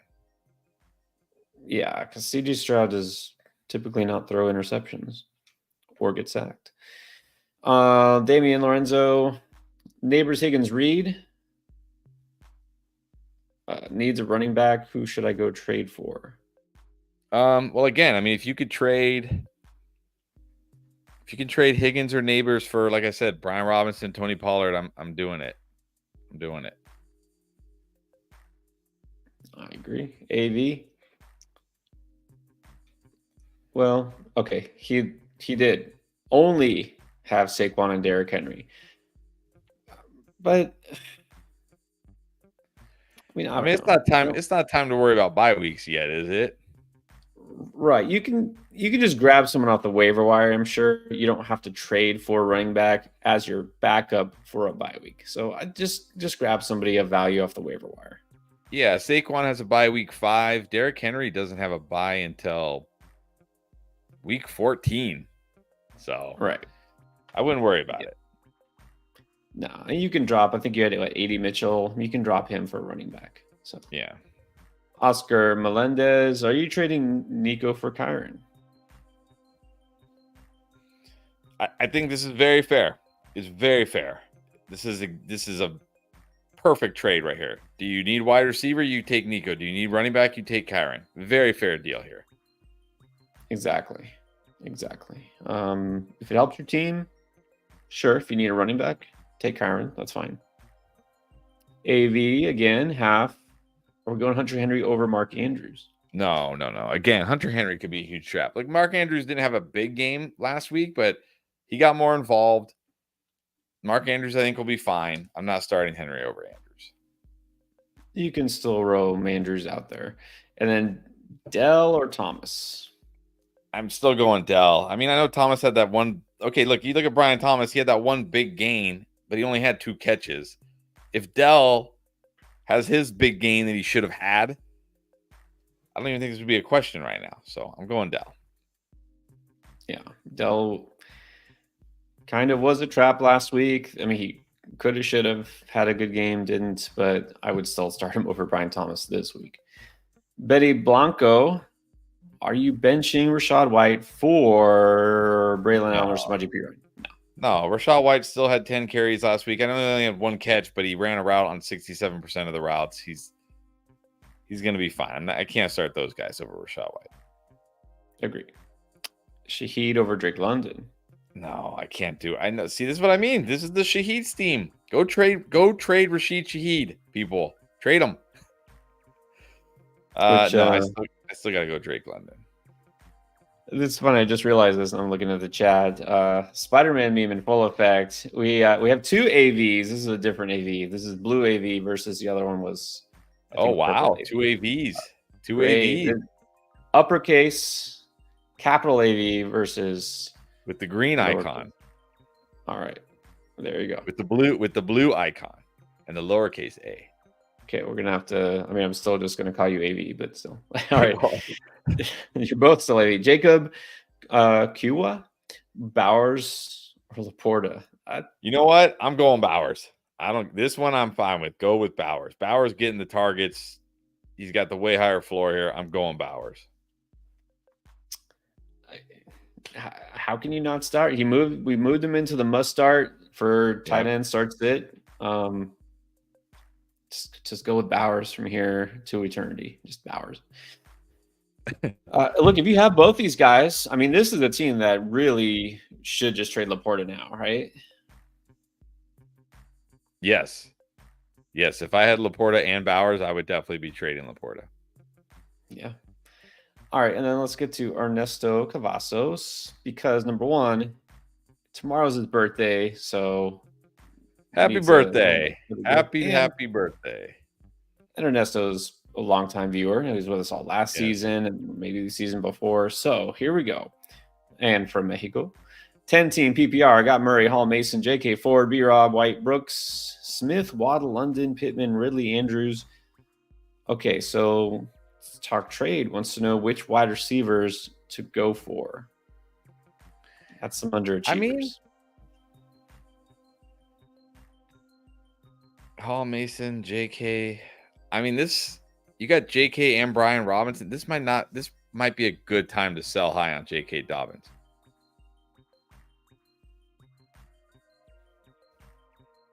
Maybe package J.K. Dobbins and like Pittman, who still has value. I know people are getting a little nervous about Pittman, but he still has value. And go try to get a Chase. Go try to get. Yeah, go ahead. Go try to get a Chase. Maybe get a Tyreek Hill if Tyreek Hill first with Tyreek Hill is freaked out. Agree, because you're pretty good. And again, I know you're feeling not too great about Waddle and London and Pittman have been up and down, but they're still good receivers. But if you can do some sort of package deal to get a superior receiver, why not? Go for it. See if somebody who's got injuries. You're lucky. Look, this is one thing. You're like, well, London was only okay and Waddle was good once, but he wasn't. You don't have Debo, AJ Brown, Cooper Kupp. I mean, it could be worse, right? So at least you have healthy receivers. So maybe take advantage of that and offer something to a guy who doesn't have healthy receivers. All right. So there you go. This AV wants to let us know his name is Anonymous Vato. All right. I am going to just tell you right now, I will probably, maybe I won't forget it now because we made a point about it, but there's a chance I will forget. But I'll do my best. I'll probably remember that. Okay, good. You'll remember. Either way, still, you're a teacher. You remember names. That's like names. That's like probably the hardest thing about teaching, right? It's like remembering all the names. Sometimes you like, it's a kid walking through the hall. They're like, "Hi," and I'm like, "Hey, I forgot your name, but I know who you are." That's like, it'll come back to me when I see your name tag. Yeah. All right, we're caught up finally. So just want to let everybody know, thank you for being on here. And of course, we'll be back tomorrow before game time. Make those moves, try to get some of those trades taken care of before Thursday night, especially if some players, Jets, Patriots are involved. And also don't forget, you can catch us on our app and it's called Draft Lane. That is an app where you can use it. And we do have one more super chat before we get out of here. But if you didn't get to ask your questions, you have more questions, you want to, chat with us even when we're not on, you can use Draft Lane. It's absolutely free. Download the App Store, Play Store. And right now, if you download it, new customers are getting that credit for a limited time, a $10 credit just for downloading it. I want you guys to check it out and see what you think. Gotten a lot of great feedback on it so far. And a lot of questions on it. So yeah, we definitely are active on there, of course, as well. And of course, Underdog, because if you haven't tried Underdog, this is the time to do it. You can still get the Aaron Rodgers free pick, 1 yard, go higher, and you get that free pick if you're new. And then once you do sign up for Underdog, you also will continue to get some free picks on occasion. They'll give free picks even to existing customers, but you get this extra free one just for signing up. And even better is you get lots of bonus cash in your account when you sign up. Whatever you deposit for your first time signing up, they will match 50% of it up to $1,000. So lots of bonus cash, free picks, just use code ENDGAME when you do sign up for your account to make sure that you get all that. All right, before we get out here, Zachary Martinez. With Debo out and Keenan questionable, pick 2. Wandale, Zeke, Brandon Cooks, Josh Downs, Alec Pierce, Quentin Johnston. I'm going to go Alec Pierce. I guess QJ. I know I don't love the matchup this week, but Downs coming back from injury, if he even plays. Wandale against the Browns. I mean, Zeke's just a hard pass. Hard pass. Yeah. Cooks was way behind Jalen Tolbert last week in a spot where I thought it could be a Cooks week. So might just go Alec Pierce and QJ. I think you got to. Downs. You don't know how healthy and how involved he will be even when he's back.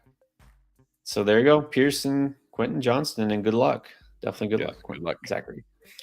All right, guys. We'll see you on the next stream. Make sure you subscribe, like, and of course, if you want to know when we're going to be on again, it's going to be tomorrow. But hit the notifications bell so that way you get that notification as soon as we're on. Hopefully, we'll see you all tomorrow.